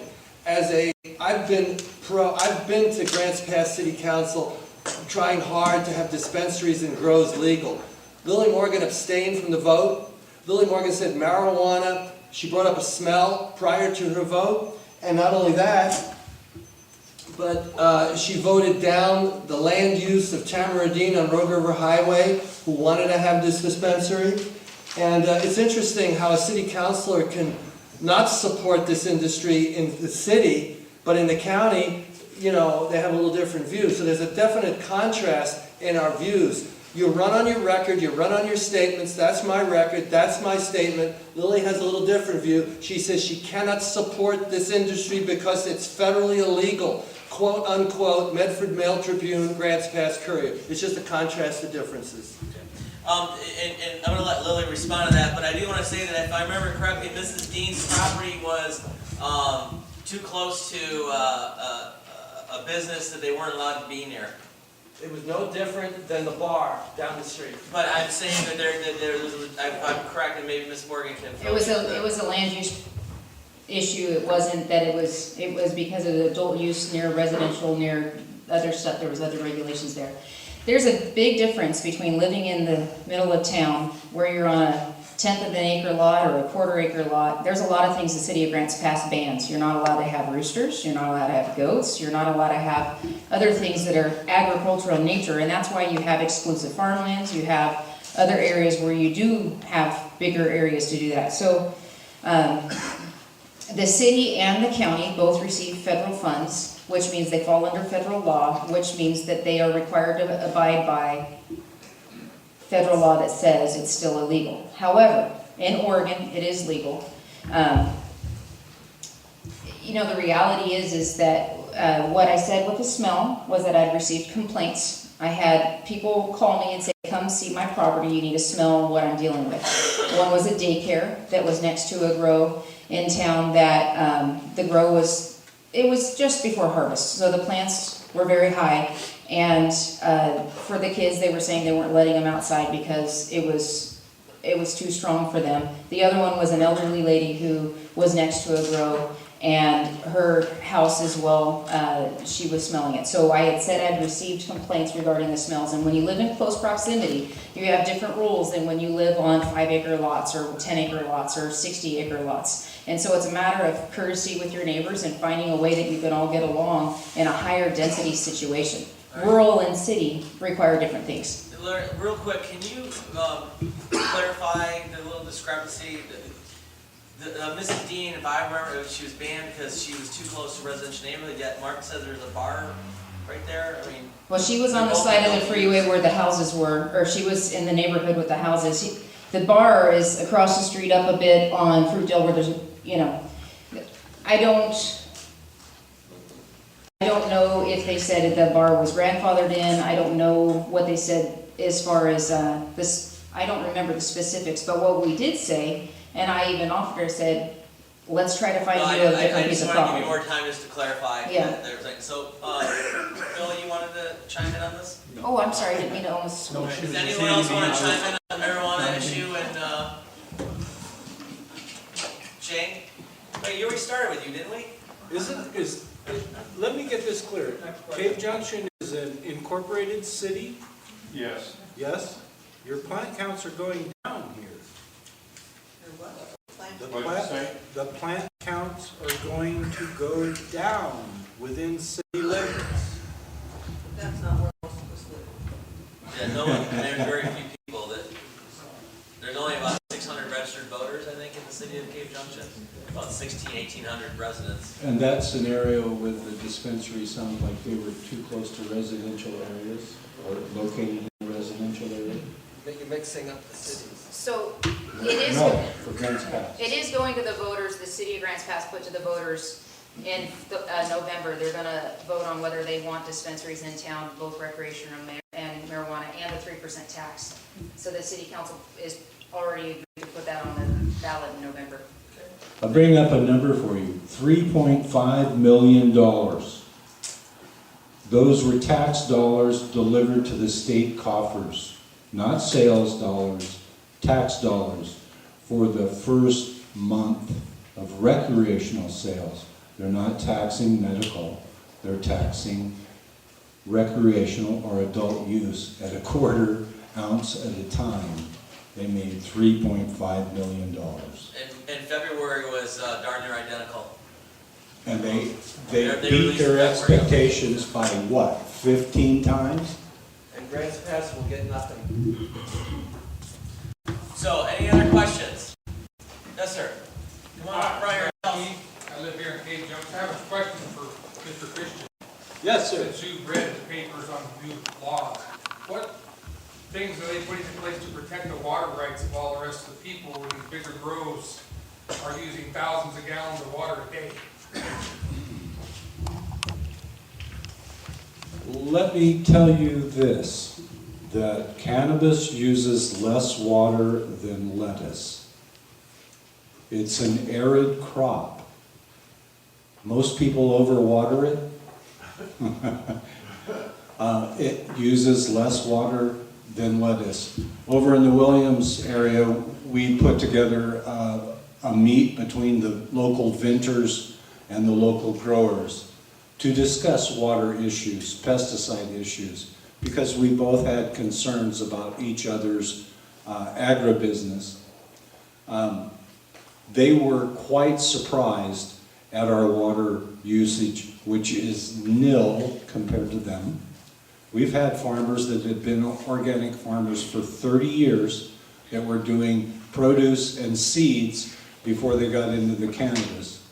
And they were using more water on their lettuce than they do for their cannabis crop.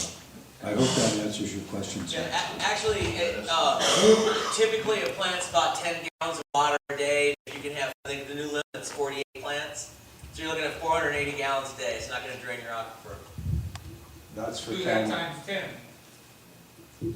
Well, I mean, it's against the new rules. So you can only have No, 40. I'm talking 10 different sites. Oh, yeah, yeah. All right, any other questions? Yes, Ms. Abrams. Joyce Abrams, I live outside of the city here in the valley. I keep hearing that people are coming in from Australia and all over the world buying up property here to grow cannabis. And number one, is that happening? And number two, if the owners are absentee, what happens to the taxes on the sales of the cannabis? Well, in our work with the group that I'm involved with, I'm on the board of directors of the Oregon Sun-Grown Growers Guild, and we pushed for residency requirements. We wanted to give Oregonians the first foothold in the business. That was pushed around a lot, and it seems like it's wound up on the patient now, residency requirements, and they took them away for out-of-state business. They deemed it unconstitutional. I think it's more of a sin to prevent someone coming to Oregon trying to help their health. There is an instance that I know of personally of a man coming out here from North Carolina. He bought 6 properties in Jackson County, in the Applegate Valley. Three of them were adjoining. He knocked down a mountain and put up several 100-foot greenhouses. Well, Jackson County passed a law that you couldn't grow cannabis in a translucent building. So he is dead in the water unless he wants to grow lettuce. Which takes more water. It's harder to smoke. Actually, I can share some thoughts on that. I happen to be a real estate broker in Williams. Last year, 9 out of 10 sales that we handled were a cannabis grower. Okay, I would say that 7 out of 10 are out of state. 6 out of 10 probably were all cattle buyers. So they're arriving, okay? They're very well funded. Oftentimes they can pay up to $1 million without blinking an eye. And so they're here. When we talk about RR5 and banning or not banning, I can say that this will change the complexion of our community. Which? Well, out in Williams, traditionally, RR5s were heavily dominated by retirees. It was the typical guy that worked in the LA Basin for 30 years, had a pension, came here to retire, had his little 5 acres, and maybe grew some tomatoes. Probably, now we know, illegally. But the people arriving now are business people. They're here to make money, and lots of money. And so that may or may not be good, but it will change the complexion of the community. So, Mark, I'll let you address this, and then let's get on to another topic, because I think there's more to Illinois Valley than our wonderful. As far as out-of-towners or anybody buying property, if you sell a house for $300,000, right, and your neighbor next to you doesn't, and he's $250,000, and he goes to the bank and he wants to refinance his house, they look at the most recent sales, and that refinance goes up, and he can spend that money in the community. So if people are buying property to grow, it's helping the real estate values go up, it's helping refinance. I will say this, there's 2,000 grow sites in Josephine County at $10,000 per grow site for supplies. That's $20 million before you sell one plant. This is going to all the businesses. There's a multiplier effect, greenhouses, security, soils, fencing, jobs for people. The impediments that the cannabis industry has is only government, like Grants Pass City Council or Josephine County government. Those are the impediments. The impediments for logging are far greater than the impediments for cannabis. So if you're looking at economic development, there's your economic development. Logging could work for, thinning things out, but as far as being easy, this is our future. We either accept it like the gold rush or the timber of the 1970s, or we continue to fail. Your turn. Let's move on. Yeah, I got another topic. The legislation of Utah passed the Transfer of Public Lands Act, okay, in where the public lands, 64% is held by the federal government for management to be transferred, and the transfer date was actually December 31st, 2015. But the federal government didn't even blink an eye, and so now they're suing the federal government for lack of compliance, also with the Constitution. Would you feel that this county should engage the state in petitioning the state to do the same with the federal lands for this county? Ron, why don't you take that? So you're getting all antsy there.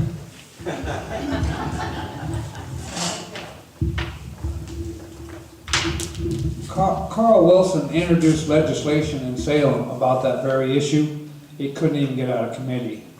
I think it's a valid question simply because every dollar that the federal agencies spend on managing the land, they lose about 70 cents. The states who manage the land, they make money. They make, for every dollar they spend, they make almost like $14. They do a much better job of managing land than the federal agencies. There's too much bureaucratic red tape and just paralysis of analysis. They can't even move without doing a ton of paperwork. So the state does a much better job. I support the idea, but it's going to take the state legislatures to do that. And I know that Carl Wilson has introduced legislation there. It didn't even get out of committee. But the idea is very valid. I mean, you think about it. Josephine County established 1856, right? All the land used to be Josephine County's.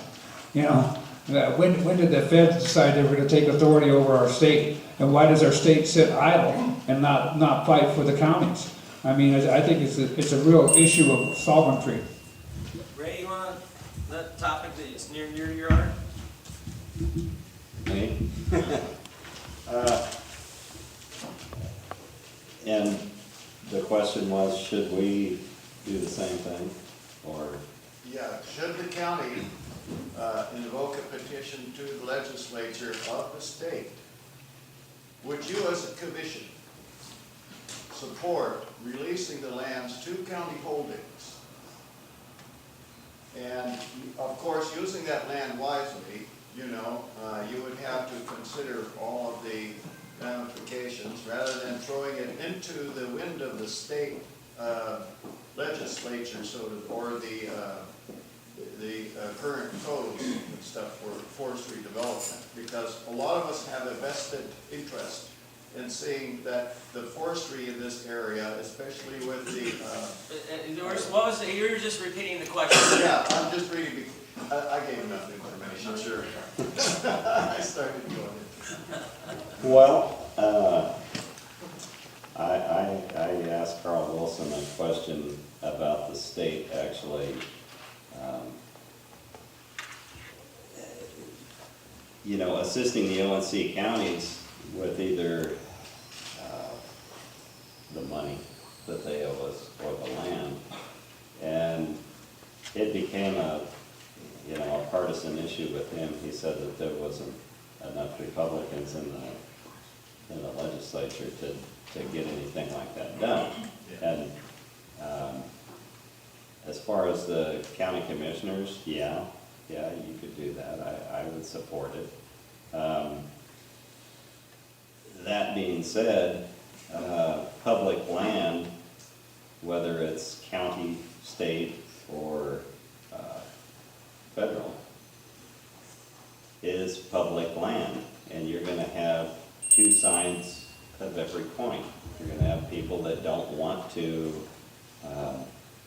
do certain things with it, and people that will. And if you're going to represent the public, you've got to balance between that. Okay. I don't see any other hand up. Joseph? I'm a believer in the inalienable right for a person to build their own home. And I know of several instances in this county where that right has been violated by the planning department. I know if they built their own home using alternative materials, very sustainable materials, Oregon cob and straw bale, and the house is built with mortgage-free, termite-proof, fireproof, and almost earthquake-proof. No toxic chemicals you get in conventional materials, and very sustainable, very energy efficient. But they can't build it because it doesn't fit into the code, the narrow code definition.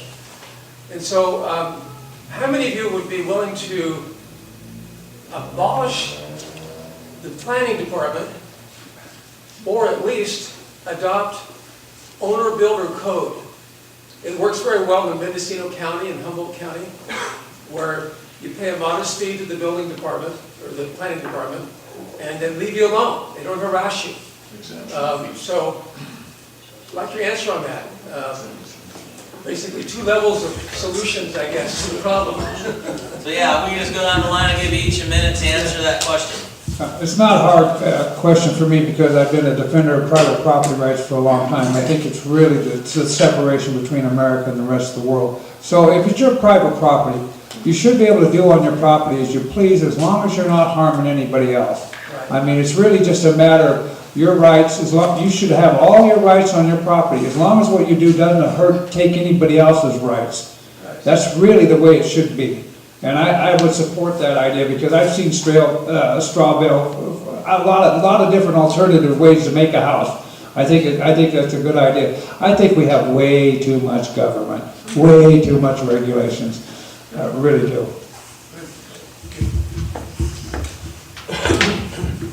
Yeah, I would support something like that, maybe not abolishing the planning department altogether, but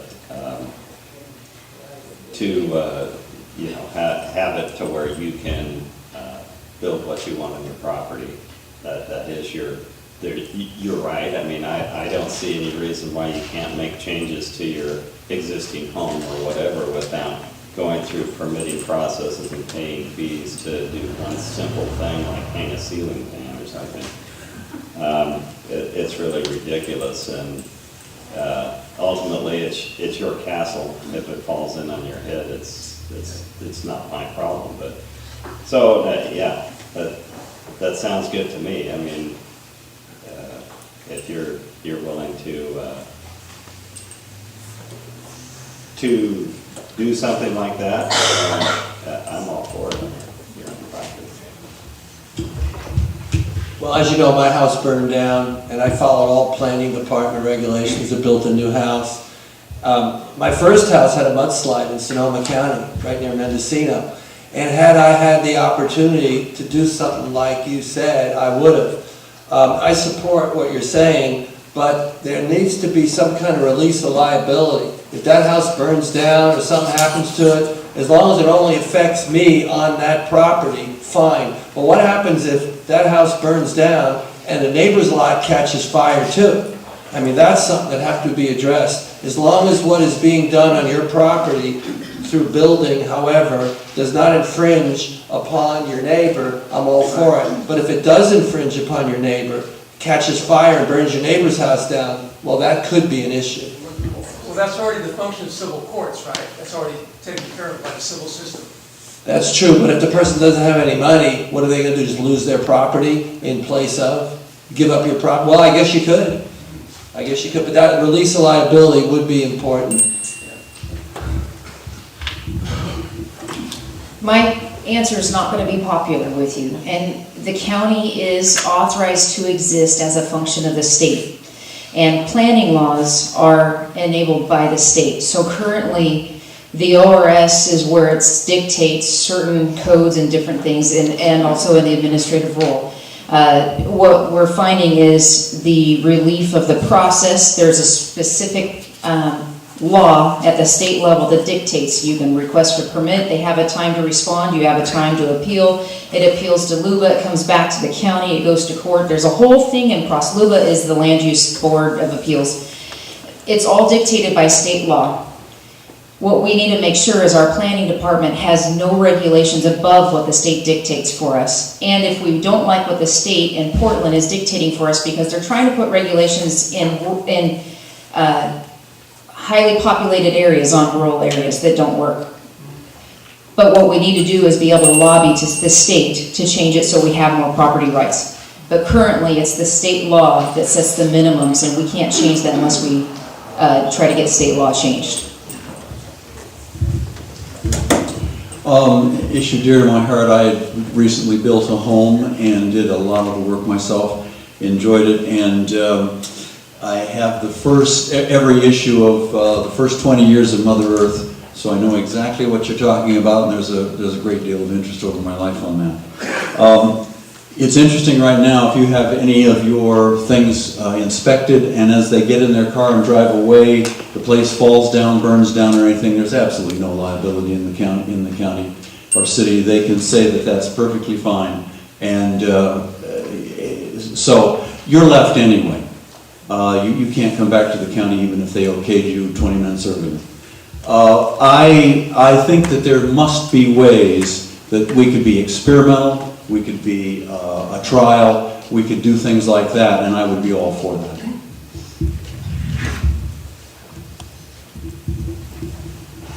I don't see any reason why your plan couldn't work. We just need to be flexible, as some of my fellow candidates mentioned, believe it or not, a lot of our hands are tied by the state regulatory things that we're just sort of the gatekeepers on. But I'd be in favor of that. In fact, I heard your question last night, so I Googled it today. And I looked at a couple of counties in California that seem to have found a way of making that work. And that's the way it should be in America.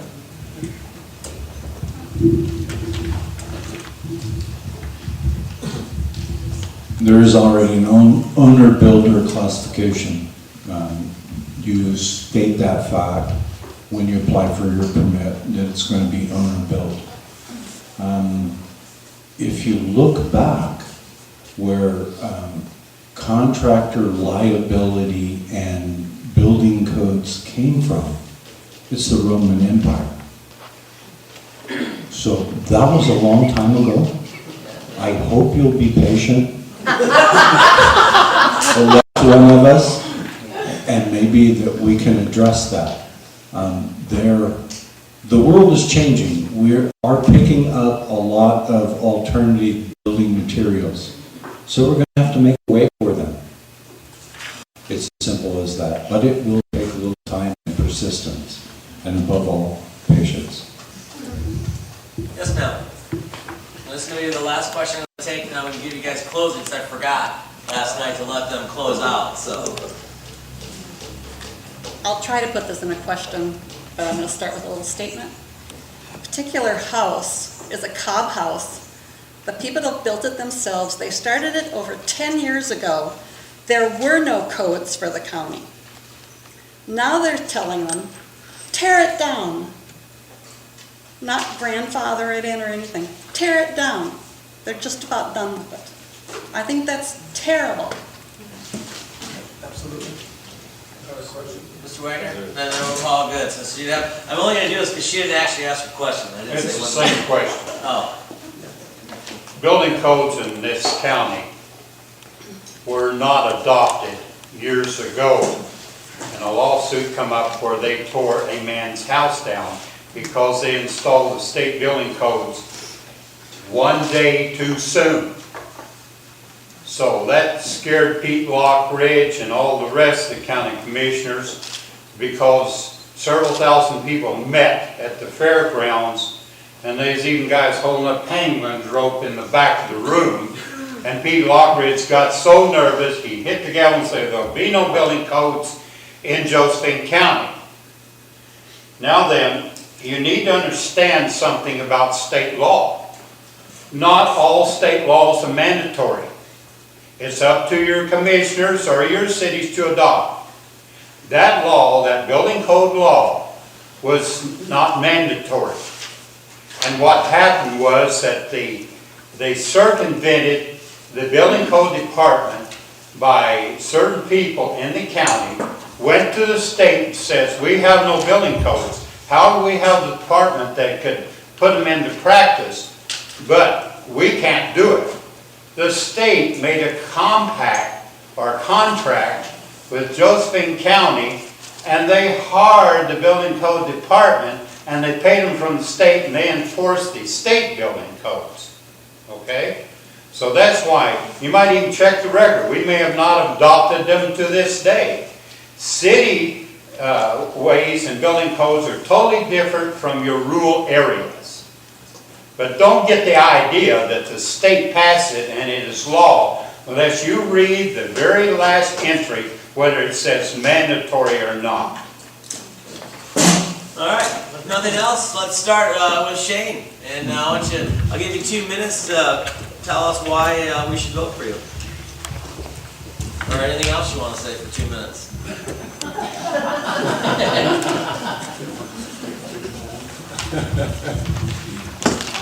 You're funny. Well, that strikes me kind of funny. The moderators always say, tell us why we should vote for you. And I'm going to ask you, why should you vote for me? Because I can work for you, because I'm approachable, because my integrity is intact, why should you vote for me?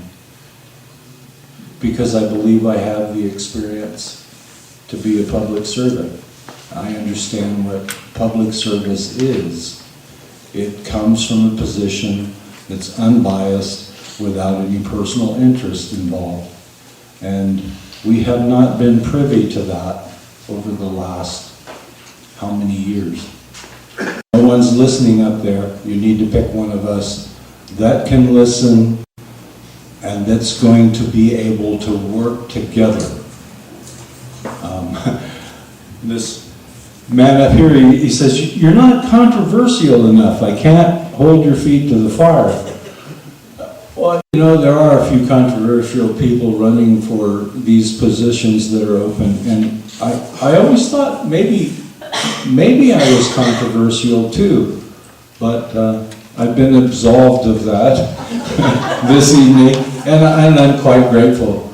And in that gratitude, I'm just going to say, I would like to ask you for your vote. Thank you for your time. My name is Shane Kristen. And Bill, this is a serious 2 minutes.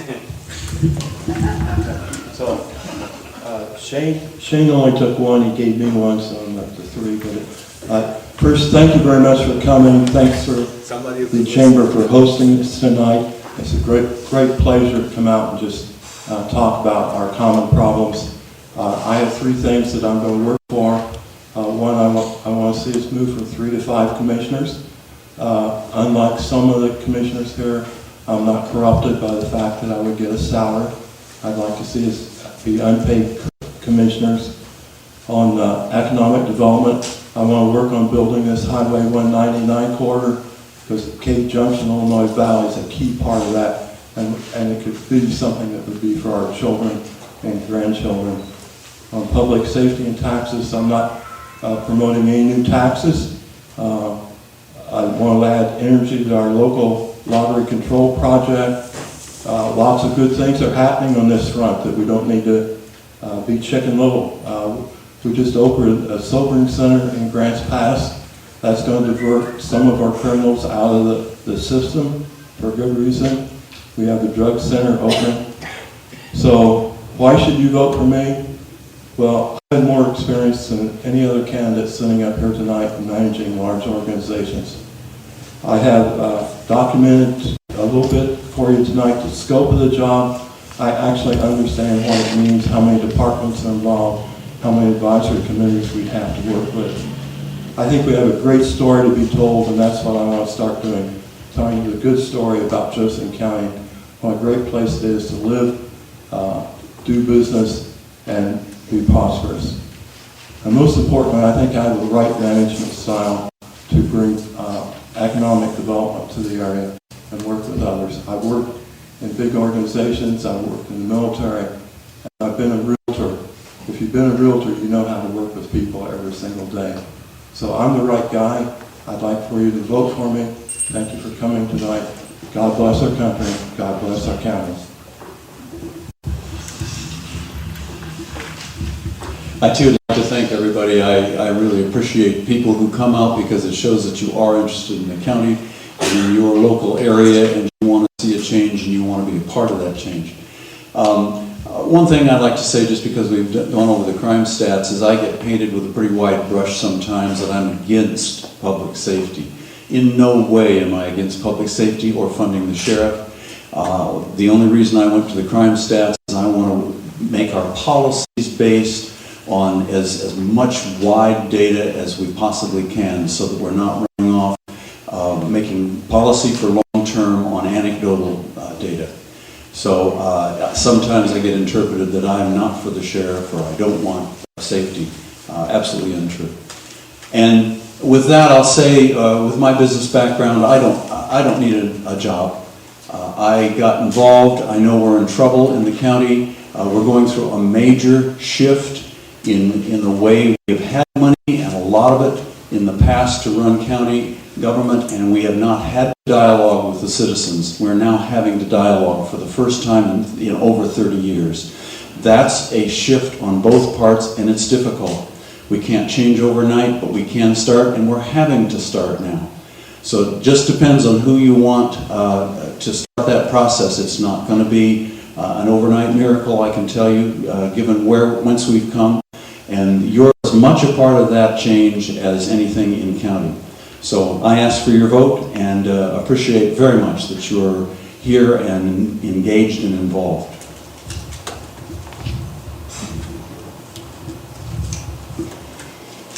Six years ago, a little more than that now, there was a recall in Grants Pass where 5 councilors were recalled at the same time. People weren't stepping up to sign up for city council, and at the time I just remember feeling that we can't be afraid, we can't be unwilling to step in, and so I threw my name in the hat and got elected on the city council. Immediately I was told you can't because you're too young at 34, and you can't because you're a girl. Well, those are two things that, okay, fine, I'll prove myself.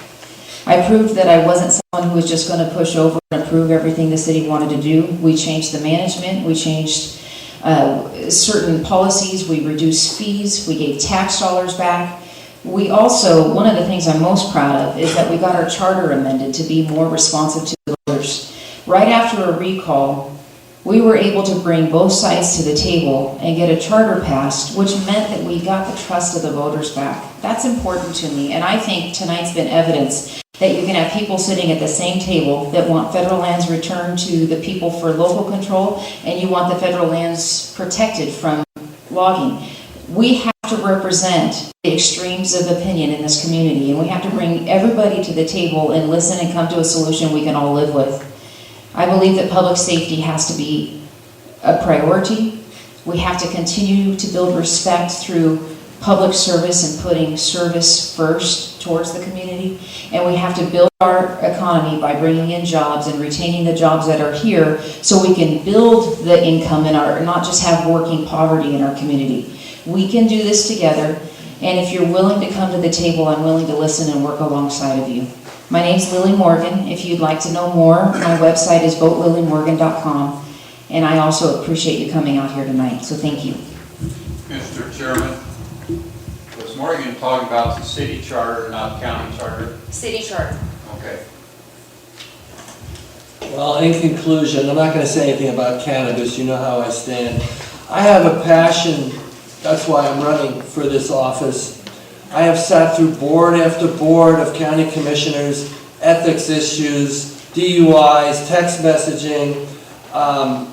We have a real distrust of county officials right now. I go to many county meetings. I probably go to more county meetings than anybody sitting on this table. Not as many as Dale Matthews, though. We live in the 9th worst region economically in the United States. That's unconscionable. We have poverty, crime, and homelessness. We need economic development. I will work with legislators like Carl Wilson to see that this area gets any advantage it can get. I despise vagueness of candidates. I despise fence sittings. Then they can go any way they want. I believe in responsible logging. Okay, I live in Selma. I don't want to reburn of the forest again. I will work for you. I would be your servant. I take controversial positions because I want you to know how I feel. Seniors, youth, and animals, 3 of the most vulnerable people in our society. I fought for seniors with the Meals on Wheels program when the county wanted to jeopardize it. Our youth are leaving. They must have jobs here, otherwise they're going to wind up at the soup kitchen or committing crime. And if you're 75 years old, don't you want your kid here, your grandkid here, your son here, your daughter, so they can see you at Christmas? Cave Junction has a problem, and the contract deputy must work at night, and we must get that money. You know, I have an article here from the Oregon Observer in 2000, and it says, the chosen buzzwords, public safety, were craftily crafted to alarm the public with threats that our schools are unsafe, sheriff patrols would be discontinued, the sheriff would eliminate the detective division, the district attorney would be unable to prosecute cases in the year 2000. We need local control. We don't need tax levies from the state or locally. So I hope you consider me when you vote. This will be the 4th time. I'm not going to go much longer doing this. This is your chance. Thank you.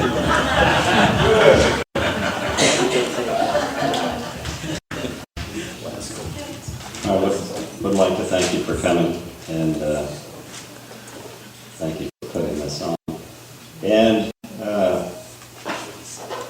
anyway, why to vote for me? I think a lot of people have their own criteria for what they look forward to when they vote for someone. I'm, like I said, just a regular guy, and if there was qualifications that you would need above and beyond being 18 or a citizen for, 6 months, they would spell those out. It's with enough education and some common sense, any of us could do this job. And I think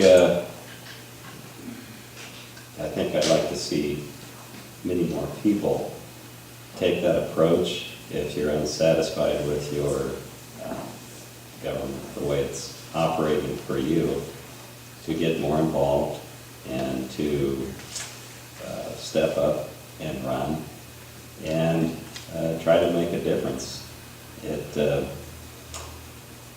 None of us here, I don't believe, are going to have all the answers for anything. There is some things you're just not going to be able to accomplish. And it's going to be difficult if you're the only one on the board that wants something that the other two don't. So that in mind, I think I've stated my positions on most things. And if anybody has any more questions, I'd be glad to answer them. But so I am running, and you can vote for me. Thank you. I'm tired of sitting down. I'm Ronald A. Smith. I was born right here in this county. My family's been here 100 years. I know this county very well. I know this territory very well. Rural communities always depend on producing from the ground. This is the history of society. We have to produce something here. What are we producing here? Now, Mark thinks we're going to survive on marijuana. Maybe it's a boom and bust. But we have to produce from the ground. People who live in rural communities all through the West are struggling because of over-regulation of government. We have too much government controlling every aspect of our life. And it's hindering our ability to produce from the ground and produce the resources that America needs to be strong. America is struggling totally. It's not just our county. This is happening all over the country. We need to get back to our roots in this country and realize that freedom and property are the big key. We need to produce from the ground. I think that we need to remember that we need to have a healthy economy, a healthy community, and a healthy forest. And what I mean by that, we need to streamline the process for economic development in this. We need to get back out in the woods and be good steward of the forest and thin it down so we don't have catastrophic wildfires. We're going to burn again. I'm going to warn you. I warned everybody in 2000 that the Biscuit Fire was coming, and it did. And then it didn't get harvested, and now it's polluting the air just as much, if not more, than when it burned. But we need to focus on our community too, and that community is going to be coming together as a group in unity, because we need to understand that our big problem with crime is being driven by the heroin and the amphetamines and the cocaine in our community. This is causing a homeless problem, and this is causing our vandalism right here in this town. And then we need to look at taking care of young families. Young families need to do more than be able to just survive financially. We need to allow these young families to flourish and prosper for the good of our community. We need to quit losing our youth. Don't we? Absolutely. #1 export. All right. Well, that will complete this evening. Thank you, everyone who came tonight and last night also. Thank you for all the candidates taking the time to come out here to the Illinois Valley. I wish you all luck. And I would like to take a plug, May 20 at the Chateau, which is the gem, the real gem of Josephine County. We have the Chamber's annual awards presentation and a mixer at the Chateau. It's definitely worth your time.